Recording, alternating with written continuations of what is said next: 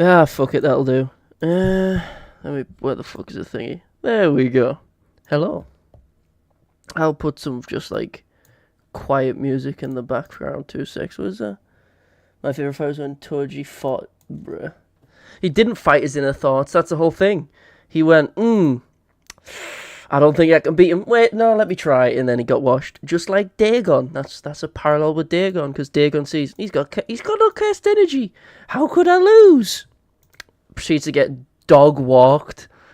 And okay, I did a fucking community post, right? Hold up, let me pull this up. I did a community post and I asked people, what's your favorite character design out of the disaster curses? Right? Why the fuck did everyone pick Mahito? Real talk? Who the fuck? Okay, first of all, if it was Hanami or Jogo who won, I'd get it. Right? Like, Hanami's design, I feel like, is underplayed. I like Hanami's design a lot. Jogo, he's a meme. I get it. Dagon? Come, give me something, right? Come on. Mahito's just a man. He's just Kite's body. Like, what the fuck? Oh my god. Don't get why everyone was disrespecting my main man like that. There's over 1,000 fucking votes. And those cheeky bastards made Dagon lose? That's crazy. That is crazy. That's crazy to me. Lol, Dagon is the least voted. Yeah, and it's bullshit. Anyway, as you can see from these kind of crummy images, I've got 2 versions of the tier list. I didn't make it, but this one has high quality images, but it's only up to about chap 208, which means it misses out the Yorozu fight. It misses out all the Shinjuku stuff, so I don't think I'll use this one, even though it's got better images. But I'll just keep that there for now, just in case. But as you can see, we got plenty of fights here. Does anyone have any suggested fights you want me to talk about? I can start wherever you want. But I do agree, Hanami looks dope. Because people like the Mahito most of why it boiled down with a popularity contest. I agree. I understand why Mahito's popular, but there are things about him that I very much don't like. Like, I don't think his spirit body distorted killing transformation. Let me just turn down the music a bit. I don't think it suits him, personally. From an aesthetic sense, I don't like it. Like, he looks like a Warframe. He doesn't look like like a disaster curse. He just looks like Excalibur. Like, he doesn't look, I don't get like he's a stronger version of himself. He looks like a different curse to me. Anyway, let's start with your least favorite fight you can think of. Well, on this list, we have the Shinjuku fight with Gojo and Sukuna. We have Panda vs Mechamaru, which is a low fucking bar. Like, this list is very wild. Like, we've got tons of fights on here you don't even fucking remember, right? Like, for example, Reggie, whatever. We have the maid that I forget the name of versus the bag user, which I don't even remember that being a fight, but that's on the fucking list, which is beyond me. See, Sukuna versus Miguel. This is very recent. Spirit Body just looks like a D&D level 4 monster. Always wanted to try D&D, never got like the opportunity to meet up with it. Trying to get 4 people online together is a pain. Trying to get 4 or 5 people together is even worse. So I can't even imagine that shit. Yaga versus Gakuganji. Is that even on the fucking list? Because it's an off-screen fight. Like, what image would you put there to show fucking Gakuganji versus Yaga? I think the fight, like, would have been cool to see, because we've only seen Gakuganji CT once or twice. Well, we see him use it once against, well, he pulls out the guitar against Yaga, and then I think it cuts to him just being fucking dead. And then we see him use it against what's the name of the blacksmith guy who wants to turn him into a wallet? I forget. Panda vs Mechamaru is probably a good place to start. Yeah, you know what? Fuck it. I'll put it in A, but that's just like A, B is just where I like put it as I talk about it, right? So, Panda and Mechamaru's fight is kind of pretty much an introduction to both characters, to be honest, because the Goodwill event is like the first time we really see Panda. Oh, but JJK0 came out beforehand. Shut the fuck up, right? It's the first time we ever see Panda vs Mechamaru. First time we see either of them. We get there's intriguing stuff in the fight. It's not just like, whatever. I call him Raccoon Man. What? That is a strange sentence. Anyway, with Panda, we learn out about his 3 cores, and we find out, like, oh, he's got a secret third core. Then it just shows you like a ball of light, so we don't find out what it is. Kind of fucking dog shit what it turns out to be. Like, oh, it's a Triceratops, and it gets one shot by Kashimo, which is like a huge shame, because we get like a full chapter of like Panda's backstory with his brother and sister, and it's adorable and sad. And then Kashimo one shots it, which I think is a shame. But that's built up here, which is cool. Very melon. Cool.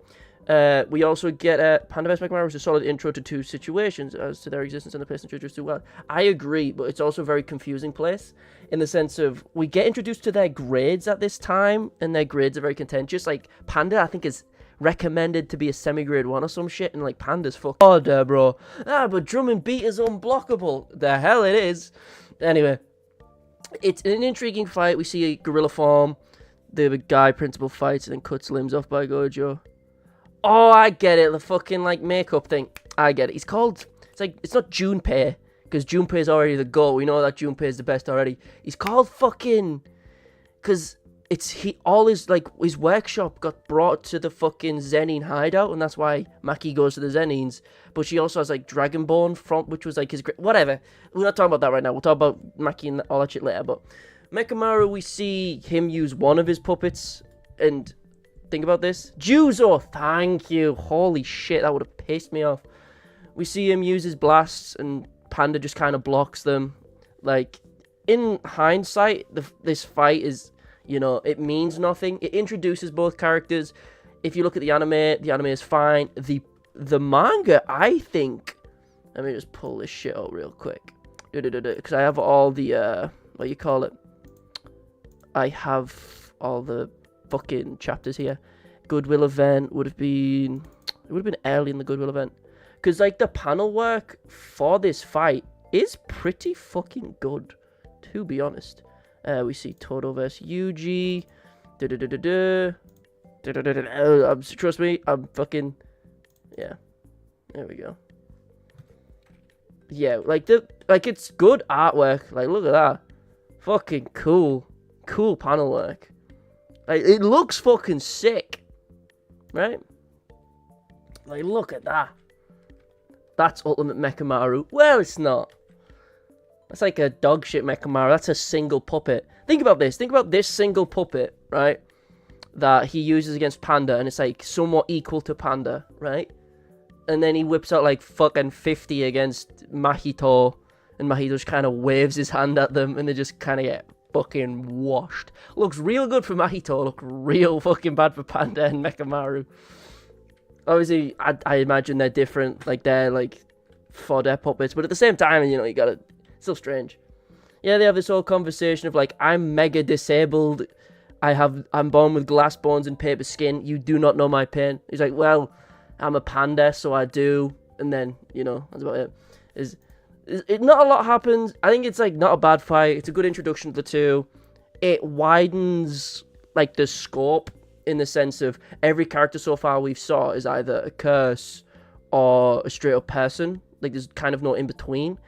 But now we see a cursed puppet. We see Panda, which is like very, you know, anime-ish. We see a mech, like a puppet, which is very anime-ish. It kind of widens the scope into like possible characters and character designs, which is cool. I just think it's like it's a little bit of world building in a series which JJK is very bad at world building, to be honest. Like, let me ask, like, there's not enough in JJK Zero. We saw a fuck ton of like fodder sorcerers like doing shit during the night parade, and we never see that kind of shit again, which annoys me, but whatever. What should we go with next? Because I see plenty here. If I don't get one, I'll give it 10. Okay, it makes me think how good Mahito is at AoE attacks. Also, Mechamaru disability checks gotta be in the million lives. Yeah, he cannot... The sunlight burns his skin, and so does the moonlight, so he's fucked. He's born without legs, and he's missing an arm. But he can use cursed energy over a large area. It's a heavenly restriction. It's a fucking disability. He is fucked. It's so fucking dumb. So fucking dumb. Anyway, what the fuck was I going to say? I was thinking... You've got... There's 10 seconds, or I'm just going to pick a fight, and I know which one I'm going to talk about next. So, 10... 9. I'll just count my head. 5, 4, 3, 2, 1. But in the meantime, let me say one thing. I think people underestimate that about Mahito, because Todo literally says when I made a top 10 overrated curse techniques video. I think I put Boogie Woogie like second, and that's because people overestimate it a lot. And Finger Bearer, I'll put one of the Finger Bearer fights next, but people forget that Mahito literally, Todo literally says, if it's an omnidirectional attack, I can't use Boogie Woogie because I'm always going to be the same distance away from it. It's pointless. Nah, Mechamaru already puts the restriction into Heavenly Restriction. The Zenin's got lucky for real. No fucking shit. That's not a Heavenly Restriction. That's a Heavenly fucking punishment. That is. But what did he do in a past life to deserve this? Like, for real. He was willing to talk. Boogie Woogie's a good support technique. Yes, it is. But outside of Boogie Woogie, Todo is just straight up CQC in a world where curse techniques kind of rule. Yeah, one night, good night, one left, right, good night, and fucking Kusakabe. Like, if you just have no simple domain or like an effective way to use it, like Kusakabe does, and you just have CQC, like pre-Shinjuku, like pre-chapter 250 or whatever the fuck Yuji, you're kind of screwed. Boogie Woogie on its own can be useful, like when he fucking shambles and does shit like that with it, it's fine, but it's not like, it doesn't have any output on its own. It doesn't have any AP. It's just for support and bamboozling. And even Todo himself says against Hanami, or will kill it before it has a chance to adapt, which means things can adapt to it. Mahito, upon first seeing it, even though he was told about it, starts adapting to it. When he, like, shoots fucking, like, transfigured humans at Todo and teleports in, transfigures himself into a net and shit. He already starts adapting to it. And people are like, oh no, but Boogie Woogie, it's too fast. I got a comment on that overrated video as well, where people said, well, someone said, oh yeah, Boogie Woogie, it's like flying Raijin. No, it's fucking not. What is going through your head? Flying Raijin, instant teleport. You don't even have to do anything. You just teleport to a seal you put 10 years ago. Sound. Boogie Woogie, we don't know the range on it. We don't know, I don't fucking know. Anyway, Boogie Woogie is a good Heavenly Restriction. That's Divine Punishment. I like that. Yeah, Todo doesn't do well against beings like the Disasters. But it's weird though, because it says on the Night Parade he beat, like, was it a special grade or a grade 1 level curse? Something like that. With straight hands. Yes, he is capable of landing a Black Flash. We don't know if did he land one before? Is it stated that he landed one before the fight with Mahito? I don't know, but his knowledge on it, maybe. I don't fucking know. But whatever. Let's go for a Finger Bearer one. So out of the Finger Bearer fights, we have it's calling the fight between Yuji and Megumi and the Finger Bearer. A fight is a strong fucking word. The interaction. Sukuna versus a Finger Bearer, and we also have Megumi versus a Finger Bearer. Which is weird to think that there are multiple versions of the same case. But anyway, being as far as adapting and learning, Mahito is to take top 3 with Maharaga. He learns super fast and super quickly. Yeah. He sees 0.2 once, insta does it. The thing with Mahito is that he's like the most human and has like the most potential out of every other curse. He's not like fucking Jogo. We are the true humans. Nah, Mahito is just like, I literally am a human. I'll just adapt. It's all about matchups. The Night Parade was fueled by Geto's booty level curses. Hey, I realized this after doing a tier list of like which characters I like the most. I prefer Geto over Gojo, and I don't know why. I don't know why. I might just be racist. I don't know. But yeah. Anyway, fuck it. Let's do a Finger Bearer one. We'll do all 3. Fuck it. So I'll just put it in there for now. The Finger Bearer's interaction with Yuji cutting off his hand and Megumi. The weird thing is, if Todo had the Sword of Extermination, he would cook the Disasters solo. That is a bold statement, and I disagree wholeheartedly. Yeah, no other hit black besides Mahito. That's true. But all those people are like, but Sukuna's a curse. Shut the fuck. Shut up. Shut up. Shut the fuck. Anyway. But yeah, lands a Black Flash, because why not? Random crits. Fucking Yuji. Post wanting to die. But anyway, let's talk about the Finger Bearer, because he is the most intriguing character in the series. I say that kind of as a joke, but there is kind of a lot to him. But anyway, since there's like 2 of them. B for the first Finger Bearer. Okay, let me talk about it first, right? So the first Finger Bearer interaction is kind of a tone setter in the sense of it's good for scaling. And I don't mean that in like power scaling terms. I just mean in the sense of the verse. So we get introduced to like 2 special grids immediately, right? We get introduced to Gojo, who's not even flexing, and we get introduced to Sukuna, who's a 20th of his power, and it's like, holy shit, they're a big deal, because they're wiping out something that Megumi nearly died to, like a single flick, and that's a 20th of Sukuna, right? And then we see a special grade on its own at its full strength with Sukuna's finger, and it just instantly one taps Slaughter Demon, pull a knife, gone, rips off Yuji's hand. Just, it's like a nice overtone. It's not like, oh my god, this is the darkest shonen ever, but it's like a nice little dark moment in there, which I like. Yuji immediately loses his hand. It's cool. Sort of extermination is only good with confiscation, otherwise Todo would still get cooked because he's sort of classed by disaster guesses. Let me put it like this. Jogo is he's like faster than Mahito, right? I love the idea that Jogo waited for Toji to leave, but that's not a thing. But Jogo, who was like around like Naobito, like it's ridiculous. Fucking tell me, what's Todo gonna do to a maximum meteor? Boogie woogie away? No, it is an explosion. You can't just boogie woogie. You can throw a rock and boogie woogie to it, but like even still, fucking Kusakabe with a simple domain still got fucking rubble crushing him. Now I'm talking about the Maharaga sword. I know what you're talking about, but what I'm saying is you still need the level of speed to keep up and land hits against the disaster curses to be able to touch them with the fucking sword. Yes, Sukuna's like, oh shit, if I was a curse, that would have killed me. But like, sub-tribal, it's been a hot minute. But like, fucking, even if like he takes out one, say it's a free-for-all, right? It's just Todo with the sword. For some reason, it's not attached to Maharaga's wrist. He just has it in his fucking hand. Or is it? Also, the whole direction shows that the domains can be expanded without a technique imbued with them, or like an innate domain. Really interesting. Only the two finger curses did that.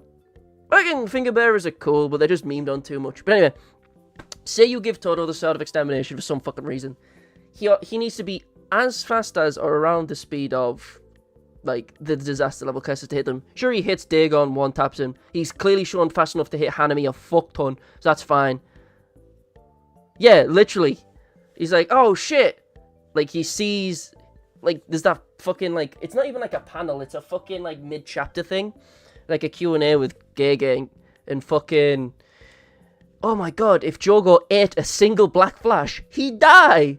I don't think that's true, but yeah, Jogo is way too much. Even if you say he can land a fucking... Let me put it like this, right? So you take Mahito at the end of Shibuya. He is not at his strongest. He's at a fraction of his strength. He spent the entire time of Shibuya transfiguring humans. He's like running on fucking fumes during the fight with Yuji and Todo. Yeah, he landed a black flash, so he would have healed like a bunch, but at the same time, he is not full strength. Like, if Mahito was at full strength against Todo versus Yuji, they'd be fucked, because it was already, like, to the wire, and it took just a bluff to kill him, but, like, it's fucking goofy. Like, no. You could say that with any character, though. Give them the sword of extermination, and they win. No? Give Maki the sword. Give Maki anything, and she'll be the disaster case. Like, current Maki is fucked. Anyway, as I say, okay, this interaction, tone setter, we get a lot of stuff here. Who's the guy that goes boogie woogie? That's fucking Todo. That's who we're talking about. Because Todo's cool as fuck. But I feel like a lot of people, since everyone likes Todo so much, I feel like people overrate his ability a lot. He's like, oh my god, Todo's the fucking best, bro. He'd slam Sukuna. Like, there's some people have some goofy takes about it. But anyway, yeah, give Ichiji the sword. Ichiji builds a curtain, imbues the sword with it. It's game over. Anyway, fucking, okay. I'd say, I'll put it there for now, right? The first interaction with the finger bearer, where Yuji gets his hand cut off. Because we learn a lot from it, but through the first interaction itself, it's a tone setter, Yuji gets fucked up. It's like a dark shonen, and we see a bunch of blood, and Megumi runs away. Yeah! Epic. Not much else to say about it, since it's like a really short interaction. Sukuna versus the finger bearer obviously goes up to end with Todo is a king, but people blow him out of the water. Thank you, Jukwa. Thank you. Oh, preach. Preach. Anyway, Sukuna versus finger bearer, that's easily above, right? Because we learn so much more from it. We get fucking Malevolent Shrine for the first time, which is fucking cool. We see the hand heal, which looks great. It's fucking amazing. Okay, the annoying thing in the anime about this, though, is when Yuji, like, blocks the fucking blast, like the fucking arrow from the finger bearer, and he blocks with his hand, it kind of looks like he does a black flash, which is just like an anime art style thing. He obviously didn't land a black flash there, but it looks like a black flash from the art style, but like the coloring, but that's whatever. It just shows, it's a great tone setter for what, like, it's like foreshadowing. We see Sukuna at a 20th of his strength, and we immediately see, it's like the first time we see a domain expansion. On top of that, it's just to show the disparity between the term special grade, right? He literally says, oh, you're special, we're in the same grade, I'm at a 20th, or like, is he 2 fingers or 3 fingers at that point? No, he eats the finger, and then he's 3 fingers. Yeah, and RCT. The fucking animation where he like grows his arm, that shit looks dope as hell. But he slams it, he stamps on it, we get the domain, and it looks great. Like, oh, it looks fan fucking tabby dozy. It's sick as fuck. It's just great for foreshadowing how much of an absolute unit Sukuna will be in future. Gives a good power scale to Sukuna and Gojo. Sukuna blows it up, and then Gojo dog walks Sukuna. You know how big the power is. Yeah, it's great. Like, when I say it's like stuff's good for scaling, I don't literally mean power scaling. I just mean like a sense of scaling in the verse of like a rough estimate, right? I'm not out here doing fucking bullet calcs or anything. I just mean like a rough guesstimate to like stuff that you would just intrinsically take in by watching it, not stuff you would have to calculate and figure out. Like, who wins in a fight? Fucking Mahito or Jogo? You don't fucking know immediately, but if I ask you who wins in a fight, Jogo or fucking Megumi, you immediately know because that scale of the verse is sent. Jogo is a special grade curse, Megumi's fucking grade 2. Megumi gets fucked. And this sense of scale gives you that. It's great. Anyway, let's go for the last finger bearer.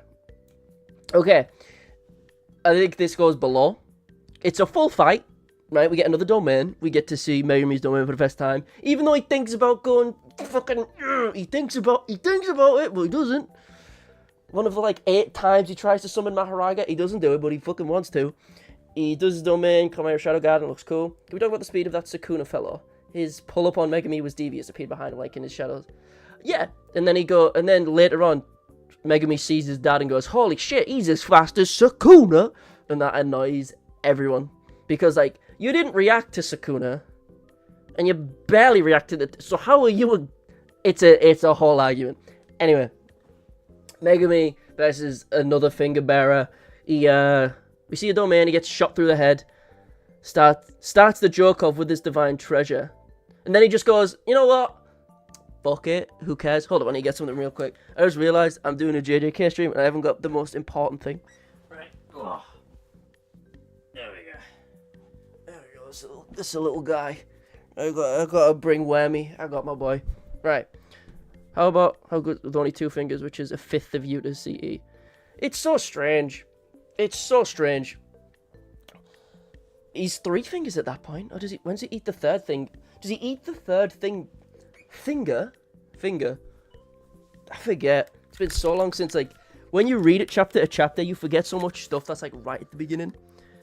So, boy, Wormy, look at the guy. Anyway, we see domain, the second open domain, because we see him 11 shrine earlier. We see Megumi's, we see him use all his fucking his fucking Shikigami. Which is weird, right? Can Chimera Shadow Garden only use a Shikigami he's defeated and, like, obtained? We don't know how the fingers really work on 3BH. True. But, like, imagine if he could just summon all of them. And he didn't need... I feel like that would be a much more intriguing thing. Oh my god, with this divine treasure... No, like, he does fucking Chimera Shadow Garden. You can just summon any of his Shikigami. You just summon a Maharaga, but he doesn't have to pay the price of the fucking ritual. That'd be kind of busted, but it'd be fun. But it's a fully drawn out fight. It's cool. It's like, the finger bearer interaction with Yuji and Megumi is like literally like 30 seconds. So it's not like worth putting. It's not below that. This is a full out fight, you know. Megumi goes insane, gets shot in the head, fakes you out, nearly dies. Does he pull out the black blade or whatever the fuck it's called? There's a bunch of curse tools that don't have names. The black blade is one of them. It's just because Mr. Vivinos has evolved into Sir JJK. Shut the fuck up, Tribal. Right. I still get comments about fucking Vivinos. Don't even. Because they keep uploading and I keep getting comments about it. Anyway. Fuck it. That's enough about the finger bearer, right? I'll pick one. Okay? And then whoever picks one in chat, I'll do that one next. But I'm going to go with a big one next, right? I'm going to go with a big one. A fucking juicy fight. And that one is round 2 with Gojo and Toji, right? Right? Now, I really like this fight. I don't know if it's S, but I'll put it in A for now. Okay? So, we learn... Yeah, again, it's a thing where we learn a lot, right? You see a lot of stuff get shown up. Black blade, black rope. There's a lot of stuff like that. Not very original. Yeah. I mean, it's called the Black Sword in Fortnite, so that must be what it's called. The fact that they didn't put Playful Cloud in fucking baffles me. Oh, yes, Megumi's Black Blade instead of, like, the only named curse tool that people fucking remember. Anyway, Gojo vs. Toji, animated beautifully. I remember before it was even animated, rewatching the fucking Ninja Ninja MMV. Fucking love this fight. It's great. We learn we get a lot of info dump. Black box. What? What are you talking about? Fuga. Whatever. We get a lot. We learn a fuck ton more about RCT. Well, not fuck ton. We get like more of a gist of it. We get why Shoko's explanation is kind of bullshit but makes sense. It's the equivalent of like the Rasengan. I think that's what Gege was going for. It's the same sort of thing where you have to feel it out. Like when Jiraiya is explaining the Rasengan, where he's like, you just gotta go like twist and then pop and then bleep, and then you Rasengan.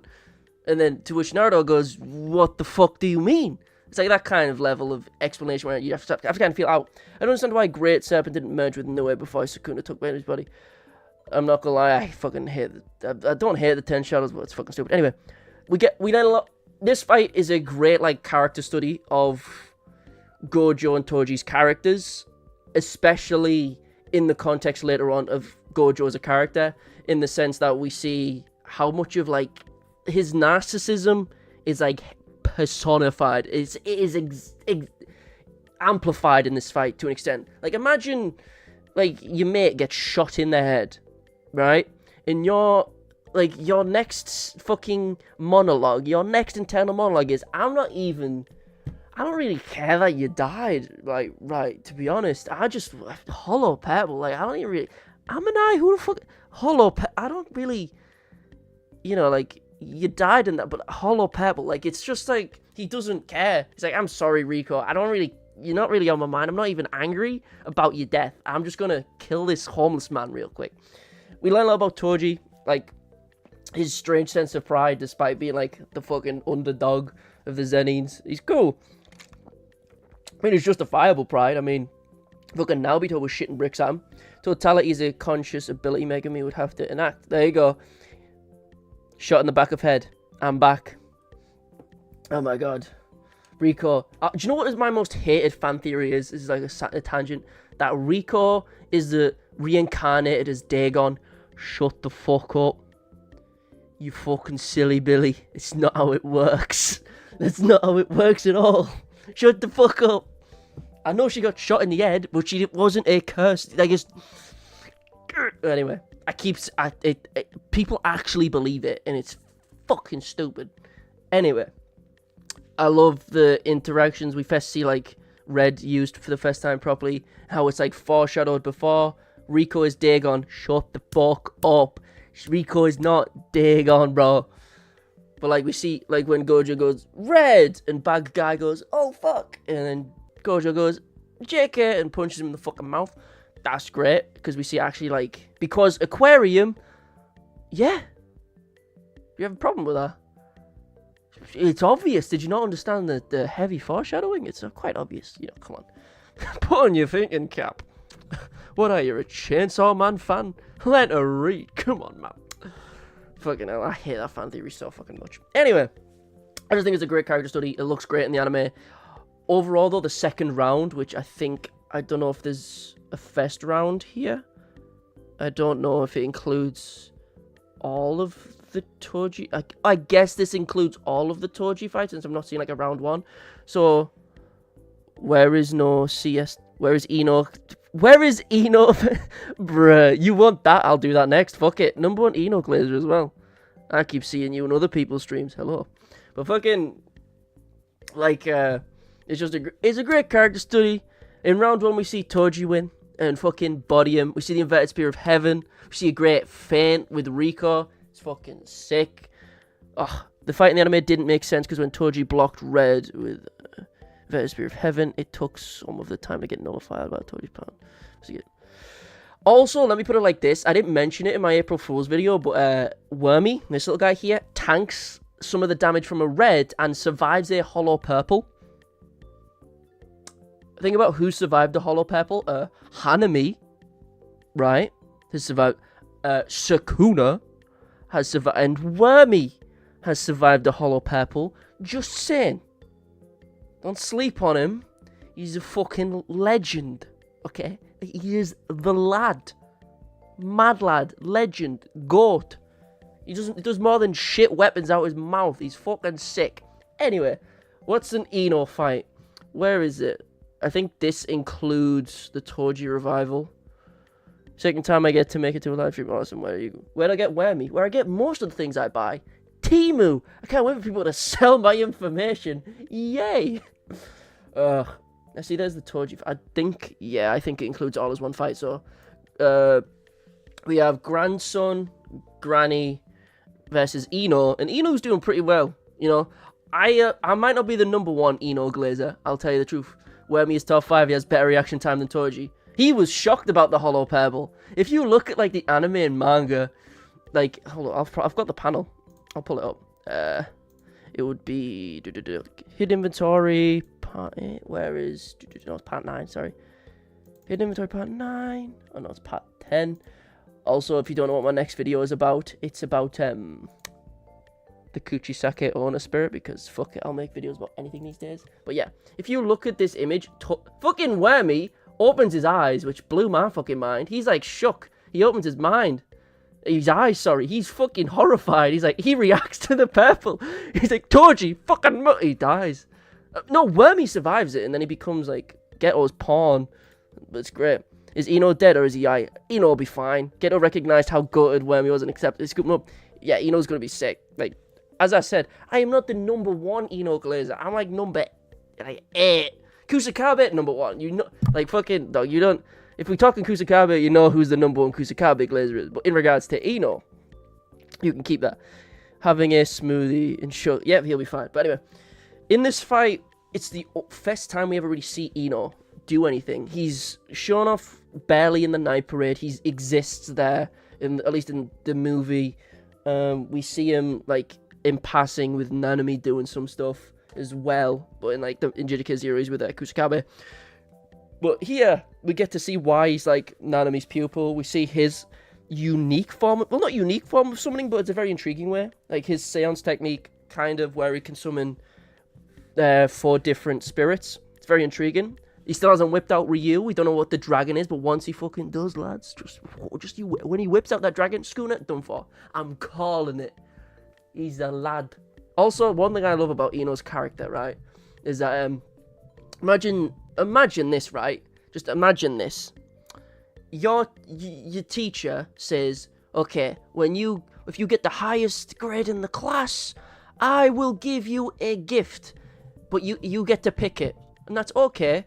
And you go, give me your fucking Rolex. Like, that's Ino's fucking character. If I get up on a grade, give me the fucking Rolex. He doesn't want Nanami's sword. He doesn't want the glasses, the tie, anything. He just wants his fucking watch, which is so fucking funny. Imagine if Ino had a War Mask Obito design and some character development. He's just not there enough. He gets fucked by Toji, and then he doesn't really get a chance to do anything. He does need the mask, the Shiesty Sorcerer. I keep seeing those fucking... It was a really cool fight, both in the manga and the anime. I love the panel where he said, eliminate Ego Soto. He's cool. Unironically, there's a reason Ino is like... He's like semi-grade 1? Or he's grade 2, semi-grade... I think he's semi-grade 1 and he wants to get put up to 1. But like, Nanami's like, with your level of skill, you could be a higher grade. It's just he wants Nanami's like... What's the word? Blessing before he does. But he's at a decently high level, right? I keep seeing shit posts of though, like, the Shiesty Sorcerer uses his domain expansion. Dual wield AA-12. And I keep seeing that shit with, like, the Hunter fucking voice. Ino was holding back against Toji. Agreed. He didn't get a chance. He stole his fucking mask, bro. You know how fucked up that is? See someone for the first time and you steal their fucking drip. That's fucked up. Toji is a menace. Unironically, though, I put that, like... I put it like that, to be honest. It's the only really animated fight we have for him, but overall, when you look at it throughout with all of the fights in a nutshell, also Nanami fuck with him, so that's a W. I like Nanami, he's okay, but I'll go into that later. It's just the fact that his fight is against the grandson that I forget the fucking name of, and is it Ogawa? Granny Ogami? She's like, it's fucking, they're nothing characters. They're like, I hate them. They do nothing. If Sukuna had no CT, he would cook. He would have been grade 1, but he wants to do things the right way, so he refuses to advance without Nanami's recommendation. There you go. Like, he is grade 1. And let me say this. I have a problem with grade 1 in a nutshell, because it's like special grade. You have a cascading different levels of strength. The way I see it is like the same way with special grade, and in regards to Bleach, it's like captain level, where like anyone is captain level. Ikkaku is captain level. If you get Bankai, you are the level of captain, but you on that level you have Kenpachi, Yamamoto, Ikkaku, Soifon, fucking like dog shit. It's the same with special grade and grade 1s. You have like Kusakabe, strongest grade 1, fucking Meme, Todo, fucking Nanami. Like, they're fun characters, they're cool, but then like Kusakabe is so far above them. As I said, Kusakabe Glazer, if you couldn't tell. But yeah, his name is literally grandson Ogami. Yeah, it's just a shame that Ino's fight is against those characters. If it was against like someone more intriguing or noteworthy, I feel like it would be a bit higher. But it looks great in the anime manga, has some cool lines, a cool explanation of his power. It's really intriguing. I really like it. Does anyone want to recommend a fight that we should talk about, or do I want to just go in? It's up to you. It's up to you. What do we do? What do we do? Because I think there's a couple like what I feel like going with. Right? I'll give it 5, 4, 3, 2. Oh shit. The way grades work is level 1, peak of most sorcerer special grade. Holy shit. I guess, but at the same time, it's just, as a grading system, it's kind of fucked, because fucking Yaga and Gakuganji are grade 1, but, ooh, Yuji is Megumi. Is Yuji Megumi's only jumping on here? Holy shit. Ino vs Hanami could have been good. True. Is the Maki my fight on here? Bruh, hold up. If it is, that's dog shit. I see Megumi versus Kamo, Maki. I don't think... Okay, yeah, there's Maki vs Mai. Okay, this is dog shit, right? We're going to put that, like, dog... I hate this fight. You can be like, oh, the parallels, the foreshadowing. I fucking hate Mai. To an insane degree. 1 extra bullet a day. They should have special grade 1 and put Kusakabe, Hakari, Naoya, Naoya, and Meme. Okay. They do have special grade 1, but unfortunately it's just for the Zenin clan. And the thing with special grade 1 is it can mean the level of grade 1 or above grade 1. So we have characters like Naoya and Naobito who are like mega above grade 1, who could defeat anyone in grade 1. And then you also have Ogi, who would probably get dogged on by a lot of characters in grade 1. The term special grade 1 can be given to anyone in the Zenin clan as long as they want it. It's very fucking dumb. It's like a political title more so than an actual grade, right? Just bear that in mind, because the only 3 we know that have it, or 4, you have Naoya, Naobito, Jinichi, and Ogi. They're the ones that have it. And there's a big fucking power gap between them, because Naoya is definitely not special grade, but he's above grade 1. Ogi, probably grade 1, right? Gets 1 tapped by Maki, and, you know, whatever. Yeah, it should have been a real grade. Yuji Megumi versus Old Man Ozawa. I'll do that one next. Oh, no, yeah, fuck it, I'll do that one. I don't even really explain why this fight is dog shit. 1 extra bullet. Maki and Mai is kind of boring. Looks pretty cool. The bullet calc really threw a lot of power scaling out the window. And even Gege said it was a bit much. So the bullet catching feat is kind of contentious. It's just like, it just felt like it was supposed to happen. It's like, there's not much to say about it. It's just like a formality of a fight, to be honest. Where's Ozawa? This guy. The inverse. I'll put it there for now, but I'm gonna be honest, it's probably gonna stay there. Okay. The inverse as a curse technique is very intriguing. It's just, but it's one of those, like, if this was the part in Shibuya where it felt like it was the closest JJK's ever been to, like, Villain of the Week-esque, because it's like, ooh, Yuji fights Ozawa, sorry, and then he fights the Grasshopper Curse Spirit, and then he fights, and it just feels like he's just moving on to these character after character after character who's never going to show up again. Like, it just felt very, Monster of the Week. But, we get a full explanation of his curse technique. We see his backstory with Gojo, how he shit himself at, like, fucking 6-year-old Gojo, and just, like, I'm not going to do anything ever again, because Killua is staring at me. It's intriguing, but the fight itself, we get Yuji using, like, the fucking, like, web thing, like, the little rope, which is pretty cool. Not much, again, there's not much to kind of say about this fight. It's intriguing. Megumi, like, showing that he's the bigger brain out of the two, but that's not really saying much. And they figure it out immediately. They feint it.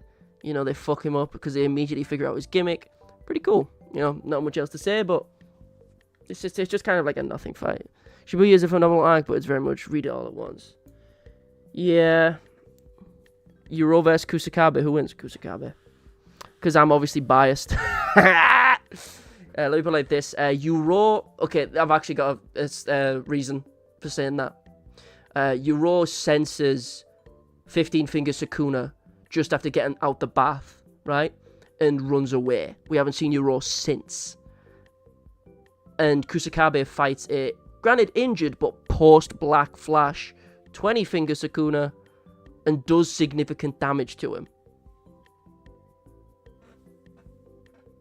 He didn't run away, because he's a nice guy, right? As Nanami and Gojo say, he's a nice guy. So Kusakabe, simple domain, new shadow style, fuck him. Okay, let me put it like this. Kusakabe washes Mahito? Yeah. Because simple domain would, like...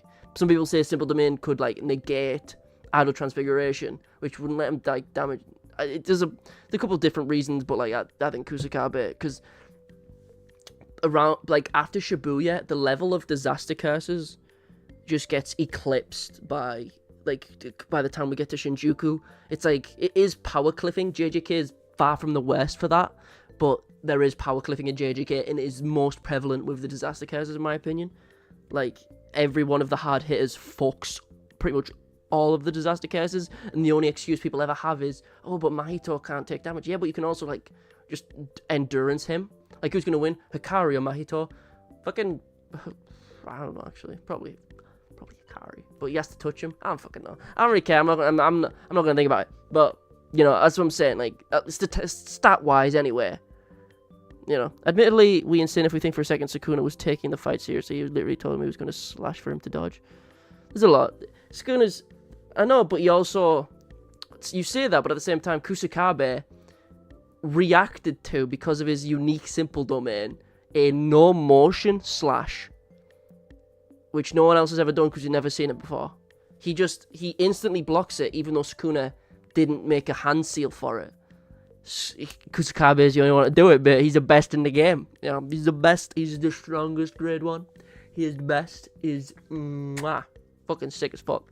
Don't get me on a Kusakabe tangent. That is not what we're here to talk about, right? So what are we going to talk about next? Since we're mentioning Yuro, let's fucking talk about Yuro. Fuck it. Ryu vs Sukuna, Yorozu. Where is Yuro? Oh, there's a 3-way domain. That's fine. I mean, we've got Yuta versus Kururushi, but that's, like, not even worth bringing up. We'll talk about that later. Okay, admittedly, okay, fuck it, whatever. Okay, the 3-way battle with Yuro. Well, technically 4-way, because Kururushi is there. So, I think this battle is cool, but in the sense of it's very strange, because JJK is, like, one of the long-running shonens where we take a step back from main characters a lot of the time, especially during the Culling Games. We see a surprisingly small amount of Yuji, and in this case, we see the fucking colony, where it's the 4-way deadlock. Yuta shows up, immediately breaks it, fucking just destroys Druve, fights Yuro and Ryu. We see a lot of Ryu's character being like, hey, bitch, fucking, it's a 1v1, right? Step off. And Yuro's like, fucking no. And Yuro's backstory is really intriguing. The fact that, like, she didn't have a name for the longest time is intriguing. Like, she was just an assassin, pretty cool. Her sky manipulation is really intriguing. Granite Blast. Okay, I've asked this question to a bunch of people. How the fuck did Ryu, in the past, shoot granite blasts because he didn't have a fucking pompadour. We see he has like a tied back top knot, like a samurai fucking haircut during the Heian era. How the fuck did he shoot granite blasts out with that? That's a real question, by the way. That is a real fuck. Did he shoot him out with his figure? Like, what did he do? I don't fucking know. But anyway, we see the triple domain clash. It's not capitalized on because it's too complex and they all break and Kuroshi's on the outside anyway. So we don't ever get to see like the end of it. Granted, eventually we see Yuta's domain, but you know, it's a shame. But throughout this fight we see a lot of cool things with a katana. What? Imagine if it was like a cluster bomb granite blast. I don't know how it would fucking work, man. He shoots him with a katana. I'm surprised though, like Yuta didn't take like some of Ryu's, like he didn't take Ryu's finger and throw that inside Rika to like shoot granite blasts off, but whatever. We see Yuta raw dog granite blast with his hands. Yeah, like he did with the slashes. We see, we see RCT, we see Kuroshi eat fucking Yuro's arm. We see, Ryu and Yuta have like a happy fight, which is a nice change of pace because JJK, when two characters fight, it's usually fucking miserable, right? It's usually like not good for both parties. Like someone's either gonna die or be very sad afterwards. But by the end of this, both parties are satisfied, which is great. Yuro missing an arm, probably not satisfied. Kuroshi fucking dead 2 times in a row.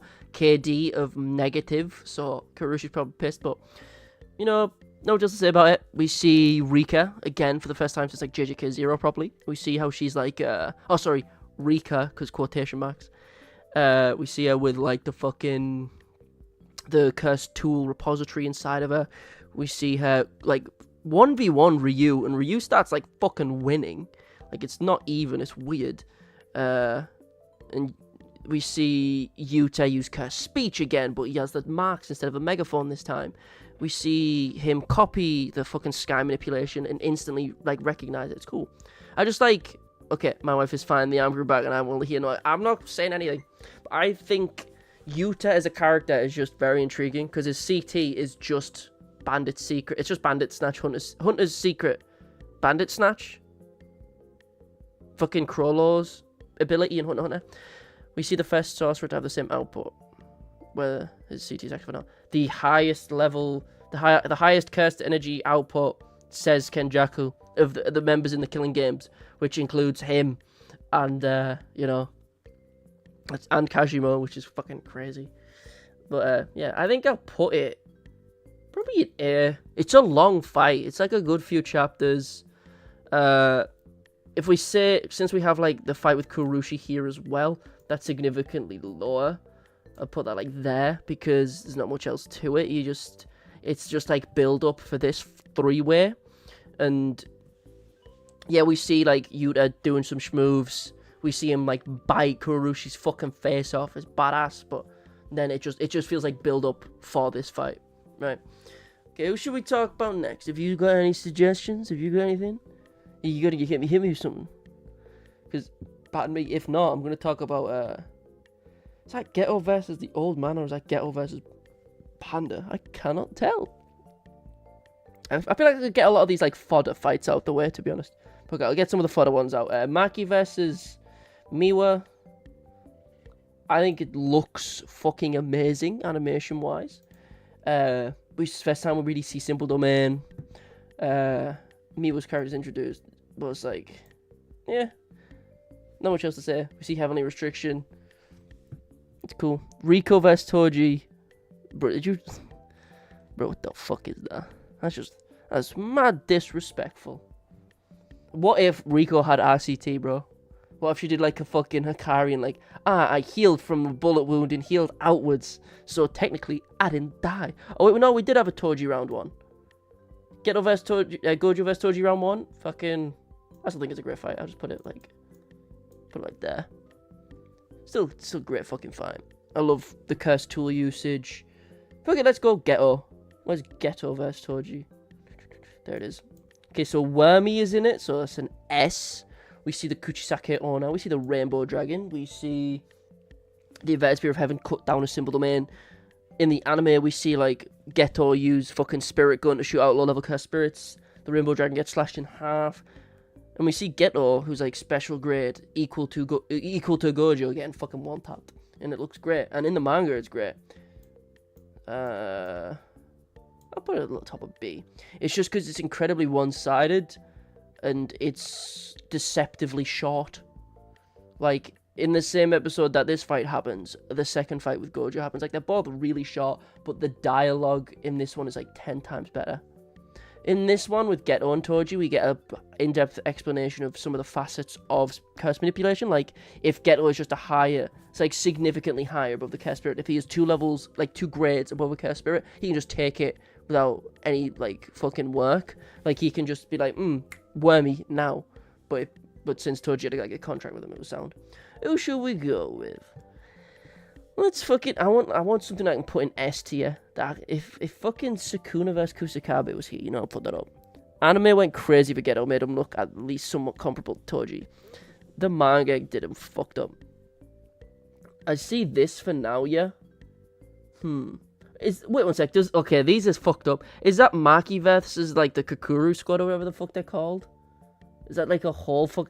Like those 2 panels? Is that like a fight? That's stupid.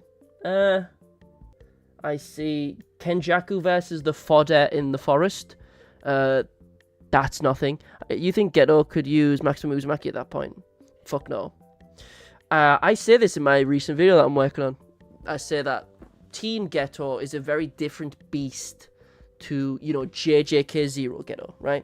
JJK0 Geto is, you know, like to fucking paraphrase Gojo, if he gets Rika, he could take over the Jujutsu world. This is someone who can do Maximum Uzumaki, that is, you know, as Kenjaku says, like the peak of Jujutsu just behind domains. Adult Geto is very different to Teen Geto. Adult Geto is taking Playful Cloud and like 2v1ing special grades. He barely took any damage from that Black Flash. Like, I don't get why Geto...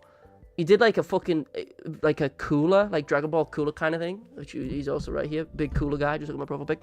But like where in like the Metal Cooler movie, where Cooler, like, for some reason decides to bring his enemies to his most, like, least advantageous place. Like, he brings Goku and Vegeta to where his weakness is, instead of fighting him with just hundreds of versions of himself. The JJK equivalent of obviously being, why didn't Geto just keep throwing fucking curses at this man? Like, why didn't he just keep fighting? Geto has no RCT, would have been top of the top if he had that. I don't think he even needs that. He doesn't. Without that, he was apparently going to take over the Jujutsu world, right? The reason he was special grade was not just because of his CQC, which is, like, fucking goated, like, underplayed. But it's just the fact that, similar to, like, Yaga, he can just build an army. You give him time, he's like Batman with prep time. Like, he can just attrition. Like, he can take any curse that is 2 levels below him without any restrictions. He doesn't even have to fight them. If he sees, like, the Roppongai curse, instant. He doesn't even have to fight it. He can just grab it and eat it. Like, the ability is busted and allows him to build armies like it's no one's fucking business. It's goofy, right? You think Geto had an anti-domain technique? Probably not, right? Which is, like, a huge deal. Like, that's what's always, like, when people try to do versus battles with him, that's always, like, the de facto be-all, end-all. But what if they use domain? Well, Geto is usually fucked, right? Some people say, why I think fucking, well, like, Kenjaku's fucking domain is Geto's. Like, I don't think it is, personally, but that's just me. But, you know, whatever. I love the fight. We've had a big fucking jump here. We were talking about fucking Geto vs Toji. I don't know how the fuck we ended up here. But, yeah. Teen Geto is very different. Teen Geto, he thinks, okay, let me frame it in a different way for you, right? Geto thinks Toji is dead. Like, Geto thinks Gojo is, like, dead, right? So his immediate response, of course, he just sees Rico die. He's gonna go full throttle. He would bring out his strongest curses. He brings out the Rainbow Dragon, and he brings out the Kuchisake Owner. Now, as we know from Meme, any curse that has the ability to talk is at least semi-grade 1. The Kuchisake Owner can, like, ask you a question and activate a simple domain with a binding vow. She's strong, so she's at least, like, grade 1 or above. The Rainbow Dragon, probably the same, but they both get 1 tapped. This isn't the special... This isn't the same Geto, right? He's not got the repertoire JJK Zero is just a different beast. If he grabs Mahito and Mahito keeps semi-independence, like he's not mindless and keeps his... It would change the whole story. I mean, it's just a shame Kenjaku just went maximum Uzumaki and just kind of used him. Yeah. Kenjaku's obviously not dead though. He's obviously got some backup plan. I'd be super disappointed if he was just like gone now. And they brought up, you think you think those two curses are special grade curses? I say they're grade 1. I think the Kuchisake Oni, you could make an argument for being a special grade curse, like, because the Finger Bearer is a special grade curse, right? And Megumi destroyed it when he was a grade 2, right? Obviously, the grading system isn't the best way to scale something, but it just goes to show, okay?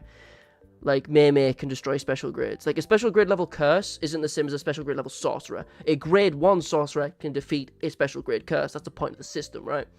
It's just that, what was it fucking... I lost my entire train of thought. It's that the fact that the Kuchisake Owner is capable of making a simple domain and imbuing it with a binding vow of non-violence. The only other case we've seen of that is Higuruma's domain of having a vow of non-violence against him and Judgment, which is the only other place we've seen something like that, which is like ridiculous. Like, do you think that curse is as strong as a grade 1 sorcerer or around that level? Do I think the Kuchisake Owner is at that level? Yes. The Rainbow Dragon, I don't know. I think just because the Kuchisake Owner can speak, so it's at least semi-grade 1. That is bare minimum. But it also can use a domain and have a binding vow with it. And has a sure hit effect of like the shears around her. It's not like a sure hit effect, but it's like an effect, right? Anyway. That's it. Besides that. Anyway, what should the next fight be? I need you to give me some suggestions. I'm just picking them myself here. I'm not getting enough input. This isn't a conversation. This isn't a back and forth. I'm just monologuing at you. Kusakabe could do that. Yeah, but Kusakabe is the strongest grade 1, which means he can destroy special grade curses, right? And Kusakabe is the GOAT. We've been through this. We know he's the best. He's the strongest. He is the most handsomest, strongest, benevolent fucking GOAT, right? It started off as a meme, me loving Kusakabe, but then it just became real. The maximum techniques are fraudulent. Never once did those things ever put in work. Also, Dagon fight. I'll do the Dagon fight. Maki vs. Naoya. I'll do those two next. I don't know that they're fraudulent. Maximum Uzumaki could contend with a true powered Rika Blast, which cost Rika her existence. Okay, I'll go through them in that order. Okay, I got you, lads. I got you. I don't think they're fraudulent. Maximum Meteor, Sukuna says, would do damage to him if it hit him. I wouldn't say they're fraudulent. I think their AP is very much stated. It's just they're always like contended against. So Maximum Uzumaki gets, fucked with fucking it could, but they don't. Yeah. That's what statements are for, brother. That's what statements are for. So what was the first one? Dagon fight. Let's go with the Dagon fight. We've got 2 parts of the Dagon fight, so I'll put both of them there. So we've got Naobito, Maki, and Nanami versus Dagon, which is the first part. And I guess we'll set it as 2 fights. So Dagon versus Maki, Naobito, and Nanami, and then Megumi, and then the second part of the fight, which is like Toji versus Dagon, right? So the first part kind of annoys me. Let me tell you something real quick. You remember when Gojo is destroying the disaster curses? Obviously, at least one maximum before the series ends. I mean, we've got Twin Dragons, fucking maximum slash, or whatever the fuck it's called. But the thing that annoys me about this fight is that Dagon is a character. I love his design. I love his references. I love H.P. Lovecraft. But Dagon sees Hanami die and Jogo get fucked up and all that shit. But Dagon waits like a whole fucking hour to get sad and then transform from a cursed womb. He needs to get punched in the mouth by Naobito to turn into, wild cutting slash. He needs to wait to get punched by Naobito to then awaken. That's when Dagon chooses to get sad, which is fucking weird. But we see Maki being pissed that Naobito saves that. We get a full explanation of projection sorcery, which is really intriguing. The 24 frame stuff's really cool. We see Dagon getting turned into an animation frame. What's it called? It's an animation cell. Really cool. We see Nanami like, oh shit, I've done damage, but his durability is just too fucking high. Well, it's not his durability, it's like his endurance, but whatever. I think that's really cool. It's just, I think it's a very fun fight. I'll probably put it like there for now, but I'd put this above it because Naobito's my drunk king. Definitely beat Naoya as a kid, and I fucking love Naoya. Hell yeah! But I'll explain that in a minute. I prefer the Toji fight just because of its parallels with the Gojo and Toji fight. Because Dagon literally thinks the same sort of stuff as Toji did. Oh, my instincts are telling me I'm fucked, but nah, I can still win. This dude's nothing. I can still win. Something's off, but I've got this. They both proceed to get waffle stomped. I love the fact that despite Dagon getting fucking stabbed through the head, he still tries to give it one last go. He gets stabbed in the head once, like in the bit on screen, and then he's like, "It's not dead. It's not over till the fat lady sings." And then he gets stabbed 100 times more in the face, but he still gave it a go.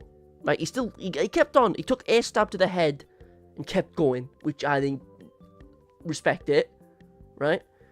It's cool. But I just love the parallels. I love how the extra animation stuff looks really great. How we just see more of Dagon's CT. I think it's really cool. We also get Naobito showing up to like kick him down. We see Toji use Playful Cloud as a pole vault. We see him fucking customize that shit and turn it with a fucking pointy stick. It's great. It's a shame that after this Playful Cloud is a fucking just gonzo, but you know. I love Dagon. I love Cthulhu. I love H.P. Lovecraft. I love like the god Dagon, god of the sea. Shadow over Innsmouth, love that shit. But it's just a shame that the character just kind of got slept on in the story, in my opinion. But whatever. What was the next one? Maki versus Naoya. We have Naoya versus everyone. But where's Maki versus Naoya? There's Maki versus Ogi. Maki versus the Kakuru squad. Maki versus the three of the three big boys from the Kakuru squad. Where is it? Am I fucking blind? I don't think it's here. Right. So, look, let me show you. Honestly, people say accept death with dignity. You ain't really, man, unless you go down kicking and screaming. Dagon's real as hell for that. Okay, so I don't see it, but here are the three Maki fights. Hold on. Let me just check one more time. I think that's Uraume, Naoya Domain, Kenjaku versus Yuki and Choso, Charles, Hakari. Yeah, it's not there. So we have these three here. We have Maki versus Ogi, Maki versus the Kakuru squad, Maki versus the three main members of the Kakuru squad. But fuck it, let's say... Okay, hold on, I think my music stopped. Can't have that. It's just like fucking Pizza Simulator music in the background, because I know I won't get sued for fucking playing it. But Maki versus Ogi, the first round, if we include both, is fine. I think some of the panels in it are very hard to interpret, especially on like a first time reading. Let me show you what I mean by that. Was it? I think it's chapter 15. Was it 151? 150? No, that's the Naoya fight. So it's 149 when it's Ogi. Yeah. Right. Some of these panels, not of this like round, of the first round between them, are very difficult to understand. Okay. I love the Naoya stuff because he's just such a piece of shit. Okay. So there's a lot of reading, of course. Like, I think it's fine, but it's just a lot of it is just kind of hard to interpret. Like, especially this shot. I'm like, okay, she's hair insides have been sliced. Cool. But I think some of it is just kind of difficult to understand. Can you crank that Soju boy? Maybe. Who would you put into special grade 1 if it was used as a real grade? Kusakabe is stated to be the strongest grade 1 besides maybe Naoya and Naobito. I think Kusakabe destroys Ogi, and if Ogi gets it, anyone above Ogi should get it. And I think I'd include Todo, Kusakabe. Bame is highly contentious. Kusakabe definitely. Can I cry? Anyway, Soulja Boy fucking... Granted, Soulja Boy came out years ago. I feel old as fuck. Anyway, like, there's a bunch of panels in this fight between Maki and Ogi that just kind of... Some of it looks fucking, like, fantastic. Like, this is very easy to interpret and read. It's just this one singular panel always pissed me off. It feels very strange to read. It's very hard to read the movements. But it's a very quick fight. We see Ogi's CT. Well, no, we don't see it here, actually. We see his Falling Blossom emotion. So whatever. Do I like it more than Inverse? Maybe. Okay. since we've got like Ogi, we got Maki versus like the Kukuru squad, and Maki versus the 3 members of the fucking like high levels of it that I forget the name of. They're also special grade, or at least Ichiji is. We know there's more special grade ones, we just don't remember what the one panel just looks like. His small intestines, small intestines, because his hair getting cut open. I think, yeah. That's what I mean. Like, it's just, it looks. That happens a lot with Maki's fights.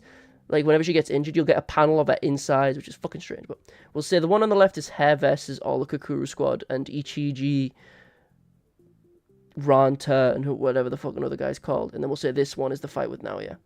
So, the fight with the 3 guys, like the rest of the Zenin clan, it's fine. We see Maki just going all out. Like, Hair just doing shit. It looks okay. You know, fuck it. Yeah, actually, there's not much to it. It's just like, fucking. If I wanted to see this shit, I'd read Naruto, bro. Like, it's another clan death. I don't really, it's whatever. But let's say this one here is the fight between Naoya and Maki. This is a high. Why the fuck do I put Maki versus Naoya? I'll put it here for now, but it might. Yeah, so I like this a lot. I like Maki versus Naoya a lot. It looks great. It's creative. Like, it's just, I love the internal dialogue throughout it of just, I mean, the way the fight starts off. Don't you have a heart? Nah, she took it with her. Fucking, it's the final page. Yeah. Like, look at that shit. That's fucking cold, dude. There's always different translations of this. No, he took it away. No, she took it with her. No one can seem to fucking pick the right fucking translation for that. Also, before the fight properly starts, we get the flashback with Toji.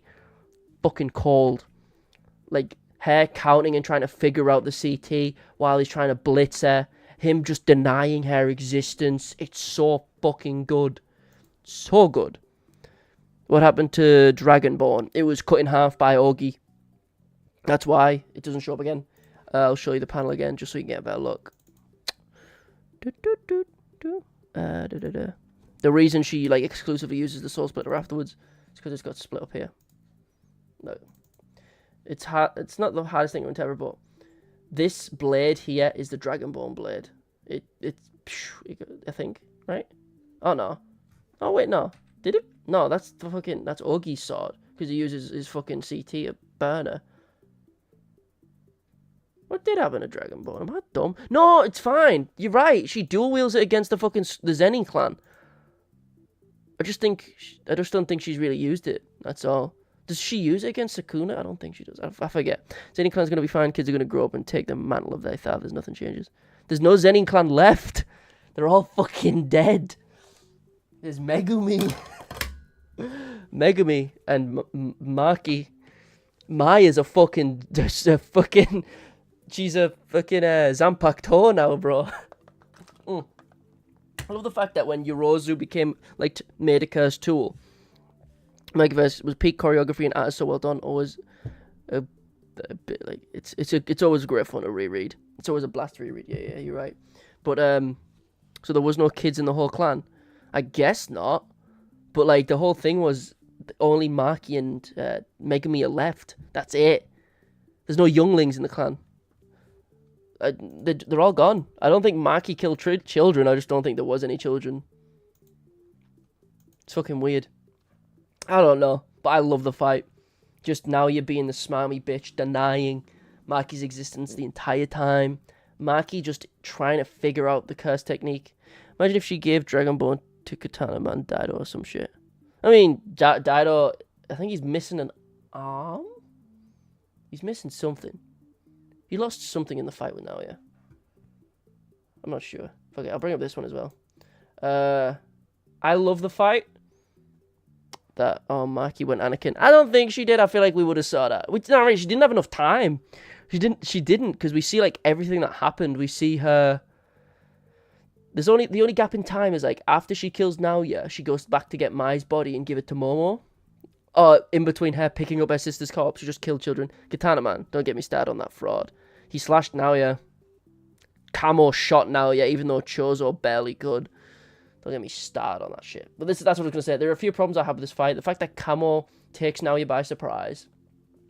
annoys me. The fact that like the fight is very drawn out, and I'm fine with that because it's more and more Naoya. Now he transforms. Naoya insinuates that he nonced on Mai. Great. Maki becoming more and more like Toji. I don't like the hyperbolic time chamber bullshit with Sumo. Not a fan of that. Really don't like that at all. Now he is an S tier hater. He's way too funny for me to him. Oh yeah. Like he sees Maki for the first time after being burnt by a Joko and goes, bro, your face was all you had. Now you are fucked. What, you're not going to find a man now. Like, he's such a piece of shit. Maki, is that you? How are you going to find a man now? You got no fucking face. Like, he's just a dick. Oh, he's such a dick. And then Maki's just like, oh shit, you recognize me? I thought you only recognized women from their assholes. Great. Like, he's just a piece of shit.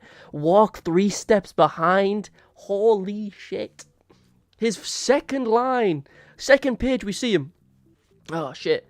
I think Mai is better than Maki because Mai knows her place as a woman. What the fuck? Now he's a freak, not gonna lie. His child cousin is crazy with a K. He just says whatever comes to his head first. He goes, yeah, I prefer Mai over Maki because Mai knows her place as a woman. You think now you really banged Mai? I don't know. There's always an argument between, like, is he just trying to piss off Maki? Did he actually nonce on her? Is he even referring to that at all? What's the insinuation? Is it a different translation? I don't know. He is getting on this weird tangent about being an adult, though. But let me put it like this. Gojo is around the same age as Naoya. Like, now he's like 27, if I remember correctly from the video I did ages ago. And it's just strange to think about. Because he's talking about how buxom his cousins are when they're 16 and he's 27. That's just strange. Don't answer me, scum. He absolutely did. Bruh. It's such a good fucking fight, though. I just love it where he goes, you're the faker. I'm a what? What'd you say? I didn't hear. He's fucking shook. Even after he loses, he comes back more pissed. He's like, fuck you. I banged your sister and she's dead. It's funny. It's funny as fuck. It's so funny. It's so ludicrous. You know what? We haven't put anything in S tier. Let's move a couple of these to S tier. I'm fine with that for now. Might add some more, might change some more. Which one are we going on next? Were those the only ones? Dagon. I think that was all the ones that were suggested. If anyone's got any more suggestions. Todo vs Megumi. Oh yeah, that dude put Todo vs Megumi. I'll do that next. She is 16, bro. Yes, and now he's a fucking freak of nature. But he's our guy. Yikes. Is that even here? Todo vs Hanami, Todo vs Yuji, Todo vs Grasshopper, Megumi vs Kamo. Am I blind? Is it here? It might not be here. I don't think it's here. I'll find her corpse and do it again. Now, yeah. 20-something. Yeah, I don't think the fight between Megumi and Todo is counted here. Sorry, brother. That shit ain't here, fam. Which one should I talk about next, then? I could talk about Megumi vs Kamo, because that's kind of funny. I think it'd be at the top of C, because the entire time, it's like if you've read Berserk, when fucking Farnice is like high as fuck, she's grinding on the sword. It's that kind of shit. It's fucking horrifying imagery. Anyway, he really tasted that stuff. This is just getting fucking weird now. Anyway, I love how the entire fight between Kamo and Megumi, Kamo was like, you're just like me. We're both like, hate our clans. And then Megumi's like, don't fucking talk to me, you weirdo. Shut up. I've got tonfas. Fuck you. I mean, we see cool stuff with blood manipulation that we only see here. Like, we see Crimson Binding. We see Kamo's blood dipped, like arrows dipped in his blood so he can control them. We never see that kind of thing again. You'd assume something that unique. Like, why don't you just, like, cover bullets? Why don't you cover, like, poisonous thingies besides your blood? I mean, like, Choso's blood is poisonous, so it'd be redundant. But, you know, you could do other stuff with it. It's just, I guess Cam wasn't all too creative. There's not much else to say about the fight. We see Maximum Elephant for the first time. We see the frogs for, like, the third time. We see tonfas, which aren't cursed tools. Gege specified they're not cursed tools before. The arrows aren't cursed tools either. But, you know, it's a nice little fight. And then it's get interrupted by Hanami showing up. And then they all try to jump Hanami and fucking fail. So has anyone got any others? Or I'm just gonna... We got some other fodder ones here. Blood manipulation with camo sounds like it would suck constantly. Pardon me. Well, there's two things you can do with that. As we see in this fight, we see, what you call it? Camo... He constantly, he will constantly, blood bags, that's what I'm trying to say. He'll constantly blood bag it, and then in the fight with Naoya, we see that he can control the blood outside of his body and keep it going that way. It will be 194. Oh, right, I was dead on. Fucking big brain. We can see this shit, where he can circulate blood outside of his body, which is really cool looking, because he can also slice with it. That's, like, cool. Camo was cool for a second, and then, he gets, you know, oh my god, Crimson Binding, bonk. I love, now you're during this fight is talking so much fucking shit as well. I just pulled up, so no Panda vs Mechamaru. That was the first one we fucking did.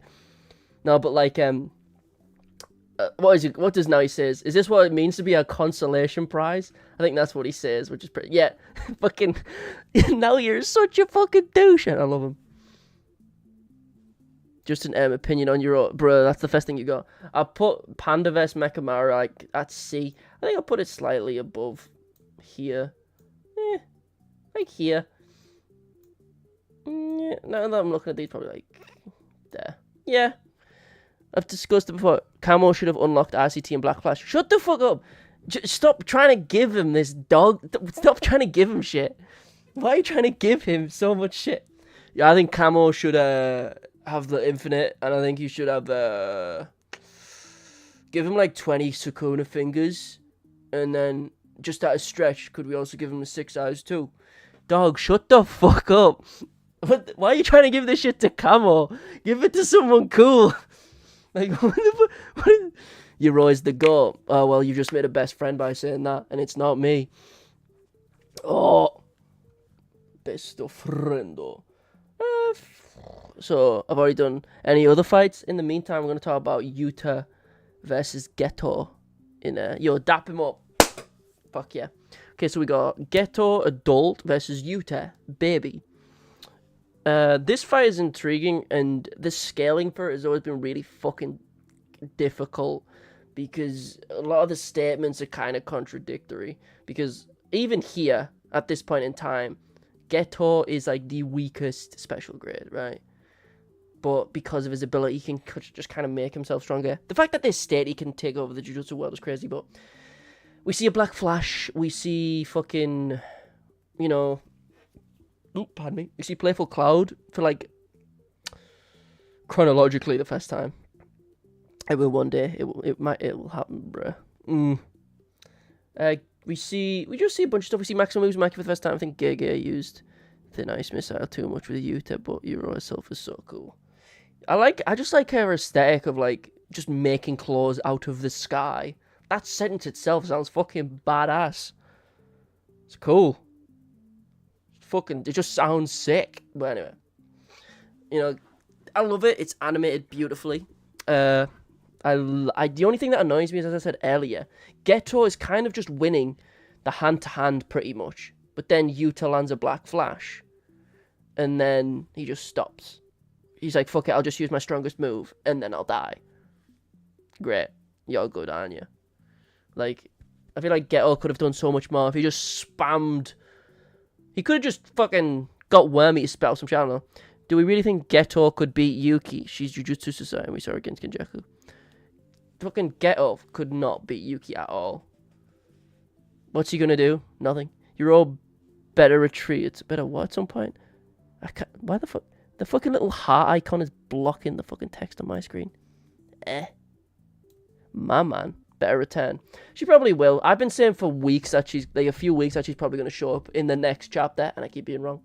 But I didn't expect Miguel to come back. The fact that, okay, I made that Miguel video, right? a couple of weeks just because I wanted to make a video about a character that I was confident wouldn't show up, so my video wouldn't become outdated super quick, because that happened with my Cursed Tools video, and that annoyed me. So I made a video about Miguel. 3 weeks later, Miguel comes back.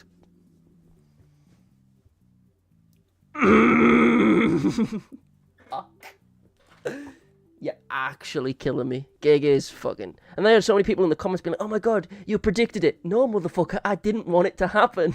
I mean, I did, but oh... Gege is killing me, dude. No on my luck, I'll make this fucking Yorozu video, or whatever video, and then they'll fucking show up next. In like a flashback or some shit, and reveal something. It'll annoy me. Anyway, what fight was I talking about? Geto versus fucking Yuta. Hell yeah. It's just a cool fight. We see Cursed Tools. We see Geto show off. We see, you know, Yuta being a prodigy with RCT. We see True Power Rika. You know, it's just an introduction to a lot of things. And yeah, it's just nice. It's pretty cool. And it's just, since it's like a movie, it looks glorious. But did you know they only had 4 months to animate JJK0? Like, there's a reason people say Mappa's staff are fucked. Usually, they would get a year to animate it. They got 4 months. Do you know how fucked that is? Like, Jesus. It looks glorious. It looks fucking amazing, but give them fucking time. Jesus. I just realized we don't have Gojo vs Miguel here, the best fight. Even with Rika, I don't know, could Geto beat Gojo or Yuki? That's the thing. It's just that weird statement. If he gets Rika. If he gets Rika, does he get part of Yuta's CT? I don't fucking know. Rika's just a questionable fucking device in the plot, to be honest. I hate how she's brought back in the main series. I think the whole plot of JJK0 is about Yuta overcoming her death and her passing on. But cut to JJK0 and she's back, but it's not really her. It's just like her husk, but Yuta still treats it like it's her, even though the real Rika is like passed on. She's in the airport. Like, it's just strange to me. I just hate it as a device. It's fucking annoying. But it's not. It's different. It's Rika with quotation marks. It's not the same. I know, but Yuta doesn't treat it as if there's quotation marks. He's still kissing that fucking thing. It's weird. Anyway, I just like to think of Volume 0. Rika was built different, or maybe she came with the copy CT. I don't know. It's questionable. It's very questionable. It's because, like, it's shown that in the fight with Yuta, Ryu and Yuro, that it's clear that his copy technique has prerequisites, and it's implied to be like biological. Like, Rika eats Yuro's arm, gets sky manipulation. Rika ate a finger, gets cleave. So it's implied that it's like Rika needs to consume something to get the CT. Okay, then how the fuck did he get cursed speech? Did you like steal one of fucking Inumaki's fingers and then just heal it with RCT and just go fucking Rika, chomp on it? Like, what the fuck? Did he like just steal some of Inumaki's blood and just throw it in Rika's mouth? Like, how the fuck did he get cursed speech in that instance? It's very strange. It's very much a case of Gege didn't even know at that point and it got fleshed out later, but it's whatever. So what fight do we go with next? What are we talking about? What should we do? We got Sukuna versus... Is that Kashimo? Yeah, it's Kashimo. Sukuna versus Yorozu. Sukuna versus Maki and Yuji. We got Bernard versus Hakari. That's a banging fight. Kamo. Is that Kamo versus Naoya? Or is that like just early Naoya fight? Since it's like the same Naoya fight, I'll put it there. But now fucking Kamo does fuck all in that interaction. Well, let's be honest. Fuck it, we'll do a contentious one. Not this. This one. We have... what's he called? Oh my god, what the fuck is he called? Oh my god, what's the name of the comedian? Oh my god, how the fuck? Oh, I forgot his name. How the fuck have I forgot his name? Sukuna versus the Waffle Man. What? I'm so confused. How the fuck have I forgot the comedian's name? Holy shit. Help me. What the fuck is he called? It's Kenjaku versus... Oh my god, I'm a fake fan. Oh my god. I'm going to have to look it up. Takaba. Thank you. You spelled it wrong, but I still got it. Takaba. Yeah. The fight between Kenjaku and Takaba is a highly contentious one. Since, you know, a lot of readers of JJK ask, like, week to week. a lot of people were pissed that we had like 5 or so chapters dedicated to this like fight away from the main battle. Like, it's not even like Hakari versus Raume, it's Kenjaku versus Takaba. A side character versus, the big bad at the end of the day, or at least one of the big bads. And it wasn't even a fight, it was, it was a comedy bit. And we got like 3-4 chapters dedicated to it, and a lot of people were annoyed by it. I think in retrospect, it's not as bad as people were saying it was. But it is something that is incredibly Japanese. It's like manzai comedy, it's like skits and like wordplay and shit. It's like very much incredibly like a Japanese culture type thing. So like for a lot of like English readers, a lot of it's just kind of like, it's over your head, you have no idea. It's just how it is. Obviously, like all the like sketches in there, like the Punch and Judy, like slapsticks comedy can be fun. Like we get Nurse Geto and shit, like Nurse Kenjaku, like him getting fucking defibbed. It's funny. It's just we see like a special grade level curse and a truck runs through it. It's funny, but at the same time we get a whole chapter of the two of them on stage and just doing bits, and it's very jarring when you consider the fact that we should be in, You think it's peak? I need Mappa to add at least 10 more lobotomy. Also brought the most enjoyable part of Kenny's character for me. Man means Kashimo and what? Thank you for clarifying. But I can understand why a lot of people love it, but I can also understand why a lot of people hate it. I think it's quite funny. I like a lot of the stand-up bits. Not all of it's funny, but I like a lot of it. I think it's, this is my fantasy. Wait, it's a Fanta.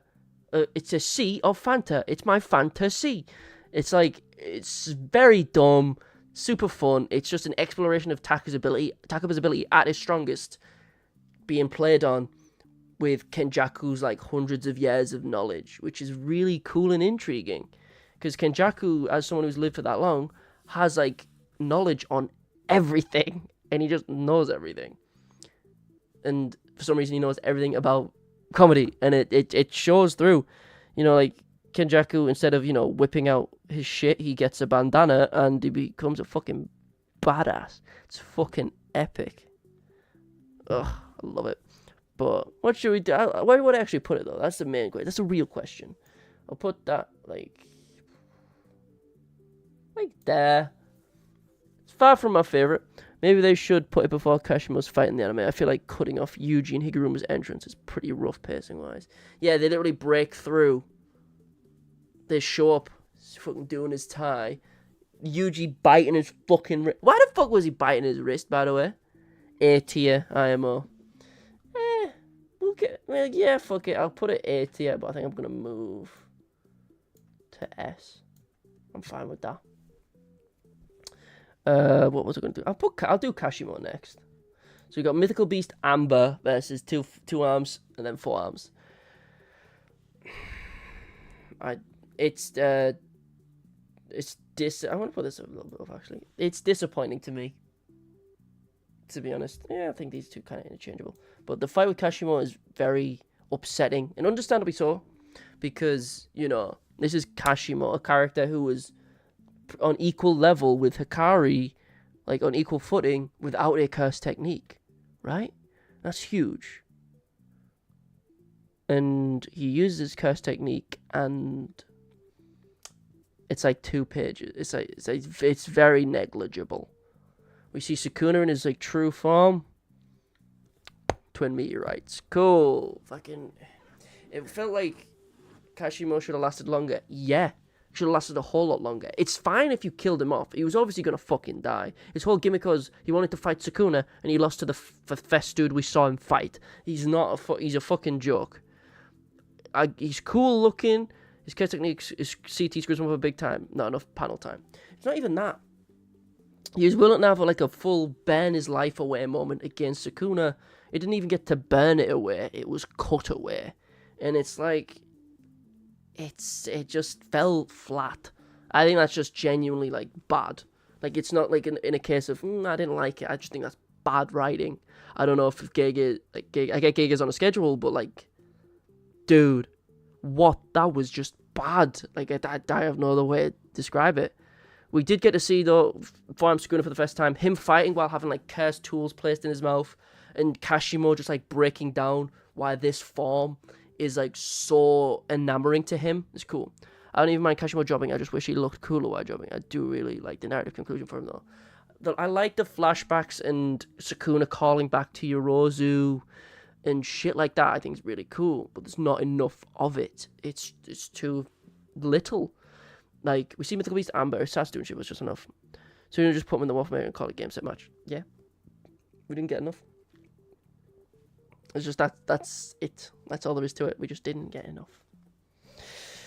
But what we did get was fine. It's just, again, I just wish there was more. But what should we do next? Where we go? Why the fuck is this here? Sukuna versus Ryu? That's not even a fucking fight. Like, I'll put it down here, because it's still an enjoyable interaction, but it's not a fight. It's like, Sukuna goes, slash, and Ryu goes, oh, fuck, jeez. To which Sukuna goes, oh shit, you know what? I'm in a great fucking mood. You ate that like a champ. You just like walk out. If you just step away, you are permitted to live. And Ryu thinks to himself, and he goes, granite black, and then he dies. And that Ryu's fucking dumb. This is a character who he shit himself upon sensing, right? Lost against to someone weaker, significantly weaker. But best way to describe the Kashimo fight is it was a gun that jammed. Not even that, man. Not even that. I would describe it as someone firing a gun at a target, but halfway through someone put a wall in the way. It's like, come on. Why would you do that? I do love the beginning of the Uraume falling from the sky on a giant glacier while Kashimo hunt. Yeah, that's dope. That was an awesome scene. Kashimo like leaps onto the battlefield as like a glacier is falling down. I just wanted to see the first time Uraume saw the fucking domain, like Charles, of just like, holy shit. Within a split second, Uraume had to come to the realization of what pachinko, anime, gambling, Uraume had just to get all that in a brain at once. It's funny. Let's do one. Let's do the fucking Hakari and Yuji interaction, where, yet again, calling this a fight is very strong words, because this is just Hakari beating Yuji up. Meanwhile, Yuji's like, I'm a cog, bro. I'm just a cog in the machine that is Jujutsu Society, bro. Eats punch to the face. I get why. I'm just a cog, bro. It's fine. I'm a cog. And then Hakari's like, what the fuck do you want me to do? It's funny. It's stupid. It's calling this as a fight is pointless. By the way, Uraume is confirmed a girl in the English translation. Is she? I did not know that. English translation of all, like the Viz manga. Yuji needs some self-confidence for real. Yuji needs to stop getting punched in the fucking head. Black flashed, bounces around like a ping pong ball. Who the fuck? Let's do this one. Gojo versus the Bagman. I like that fight. I like that fight. I think it's pretty funny. Where he just goes, curse technique reversal, JK, punch. It's funny. Not a lot to it. He goes, cool curse technique. Just shame that you're fodder. We got, which one should we do next? We got a few here. Nanami and Mahito. Got Geto versus the random old guy who jumps through the window. In the anime, it's pretty funny. And it looks great. Where, like, the old man sees his dog. Pretty funny. Uraume incarnated in a woman's body bursting, I think. They're still in originally. I don't know. It just gets fucking confusing. Either way, the only reason Uraume is alive is because Uraume is good at cooking people. Reverse curse technique or curse CTE wins because Yuji seems to have both. So which one's CTE? Curse fucking... CTE is when you get punched in the head too many times and fucking... Yeah. What wins first? Parkinson's or left, right, good night? Well, who knows? Oh, what does it stand for though? I forget. It's lost on me. Anyway. Head damage. Yeah, I'm just consecutive trauma exposure, I guess. I don't fucking know. I'm trying to guess. I'm guessing. What's like a good one here? Let's go. I like this one. Yuta vs Yuji. I love this entire interaction. Parkinson's is crazy. It is. You can't just shake it off. It's crazy, dude. I actually know quite a handful of people with Parkinson's. Ugh. Does not look comfortable. Does not look like a good time, I'm gonna be honest. But Yuji vs Yuta, I don't see the Naoya vs Choso fight, so I'm going to include that in like the same thing. And the Naoya vs Choso fight is great. I just like the entire interaction, right? You've got Choso who, like, okay, Yuji, Naoya, special grade 1 Naoya. And fucking Choso, Yuji, Naoya sense in no ring, no Rika, unawakened Yuta and go, that motherfucker is Gojo level. They sense that, and they're like, Choso immediately goes, don't fight him, he will kill you, right? And Yuta does it. He kills him for like a second and then RCTs him, but he does kill him. So the binding vow stops and he gets a kill, yeah. And then, and as that happens, now you get beat by Choso because of supernova. CTE stands for chronic traumatic encephalopathy. There we go. By the way, med student, I know that. And I studied fucking media, right? Media production. I can hold a camera and a boom mic. Get on my fucking level. Bitch. Right, okay, let's go. I think the fight's just cool. We see Rika again for the first time. Like, we see her in like just grabbing Yuji's fucking head and Yuta just kind of slowly stabbing him. Now you're losing. Like, now you've done nothing but lose, but he's still the biggest fucking hater, which I love, dude. I just love it. I respect it. I genuinely really enjoy this fight. I think it's really fucking cool. Because it's like two fights happening at once, and since there's only one image, we're including them both at the same time, but they're both really intriguing. We get flashes back to Gojo as he explains curse tools, as like Yuji goes through a Humvee, grabs a fucking thing. Hell, you call me?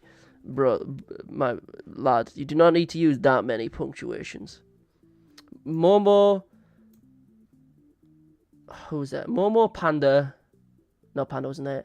The fucking B squad versus Kenjaku. It's a funny interaction. Kenjaku catches a bullet and goes, that's clever, using fucking bolt actions in the modern era. That's not fucking stupid. Catches a bullet. And then point blanks Uzumaki directly in Miwa's face. I wish I had now your self-confidence or delusion, what do you call it? Fucking misogyny, that's what it's called. Like, misogyny of the highest degree. Like, imagine meaning the sentence, stand 3 steps behind me, I'll get stabbed in the back. Filthy female. Like, holy shit. How much do you gotta hate people, dude? Holy fuck. He hates his siblings. He hates women. He hates everyone. His dad dies, and he's just like, tee-hee. Like, he's just a fucking psychopath. You don't want that. What was I talking about? The Kenjaku stuff. Now you manage to be more entertaining hater than Mahito in a quarter of the time. Yeah. Mahito did some funny stuff though, where he like makes Junpei his hand and just stabs it. That's kind of funny. Mahito was too philosophical with it. I am you, and you are me. We are both two sides of the same coin in this stupid Jujutsu world. And now he's just like, fucking women. I love it. He's just such a dick. I love it. Mahito thought about it too hard. Now he's just a dick full time. It's great. Which one should we talk about next? There's not much to say about this fight. Not much happens. Point blank, Uzumaki, Kusakabe blocks it. Oh yeah, Kusakabe blocks it. So it's S tier. Which one should we do next? Mahito is less a hater and more so just crazy twisted guy. Now he's a hater. Now he goes out of his way to just like be a dick. Not like try to kill you, just be a dick. Like he sees Maki burnt the fuck up and scarred, and he just makes fun of her. Like he doesn't fight her like straight away. He doesn't fucking try to kill her. He's just a dick, and that's it. he hears his dad's dying and is just a dick. Like this, he's just so he's just so horrid. It's great. Yuta and Inumaki versus the Light Spirit. I think it's kind of dog shit. Like it looks good enough, but Inumaki here is like Inumaki is such an annoying character because he could have been so much more. But this fight annoys me because they try way too hard with this one fucking spirit. It's stupid. Reggie versus Megumi, I think is a fun fight. Like, which one of us will get crushed first? Let's see. I think that's pretty dope. I think that's actually fine here. I tell people this, and I've said it before on stream a bunch of times, but like people forget that Reggie's claws is just receipts. His claws are just his receipts, so he just grabs one and throws it. Like his entire outfit is just made of receipts. It's cool. Oh, love it. What is this? Hold up. Oh. It's so great. I just love Reggie. Reggie's so fucking cool, dude. I mean, his design is so whatever. Inumaki be like salmon. Yeah, good talk. I like the fact that there's like semi-translations. Like if he says salmon, it's like positive. If he says like tuna leaves, Mahito, you are me. Naoya, you are a woman. Oh my god. Mahito be like, you filthy human. Now he'd be like, is that a fucking woman? Oh my god, she's 2 steps next to me. Oh my god. Like, bruh, like, think of how much you have to hate women to be like 3 steps. Like 3 steps. Right, 2 meters. Stay back, wear your mask. Fucking stay away from me. Man's just allergic to cooties, bro. Like, I don't know what to tell you. Oh my god. Right, what the fuck was I talking about? Reggie should have become a smuggler for the cartel. Easy ass money. He could have done anything. He could smuggle anything. He's fucking sick. We saw Wicker Basket for the first time. We saw the scorpion bitch with the hair. We saw Hazunoki. His ability's kind of intriguing, but not. Now he'd be like social distancing, but only for the femnoids. Stay back, female. I see you standing in front of me. Shit. Fuck, I'm gonna have to stab another female. Like, fucking...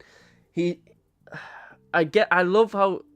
I know it's dead simple, and it's very on the nose that he says women need to stand behind him, then they get stabbed, and then he gets stabbed from behind by a woman. I love that. And it happens to him twice.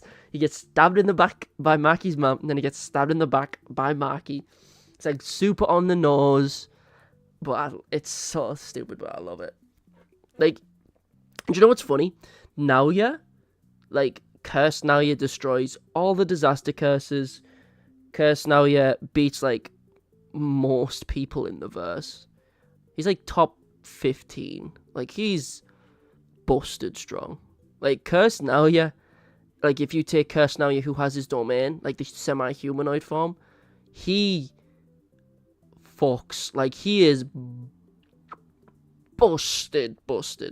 But anyway, Reggie, cool fight. Maximum Elephant versus a big building. Really cool. Is that, I think that's Gojo versus Jogo. Early fight. I like this fight a lot.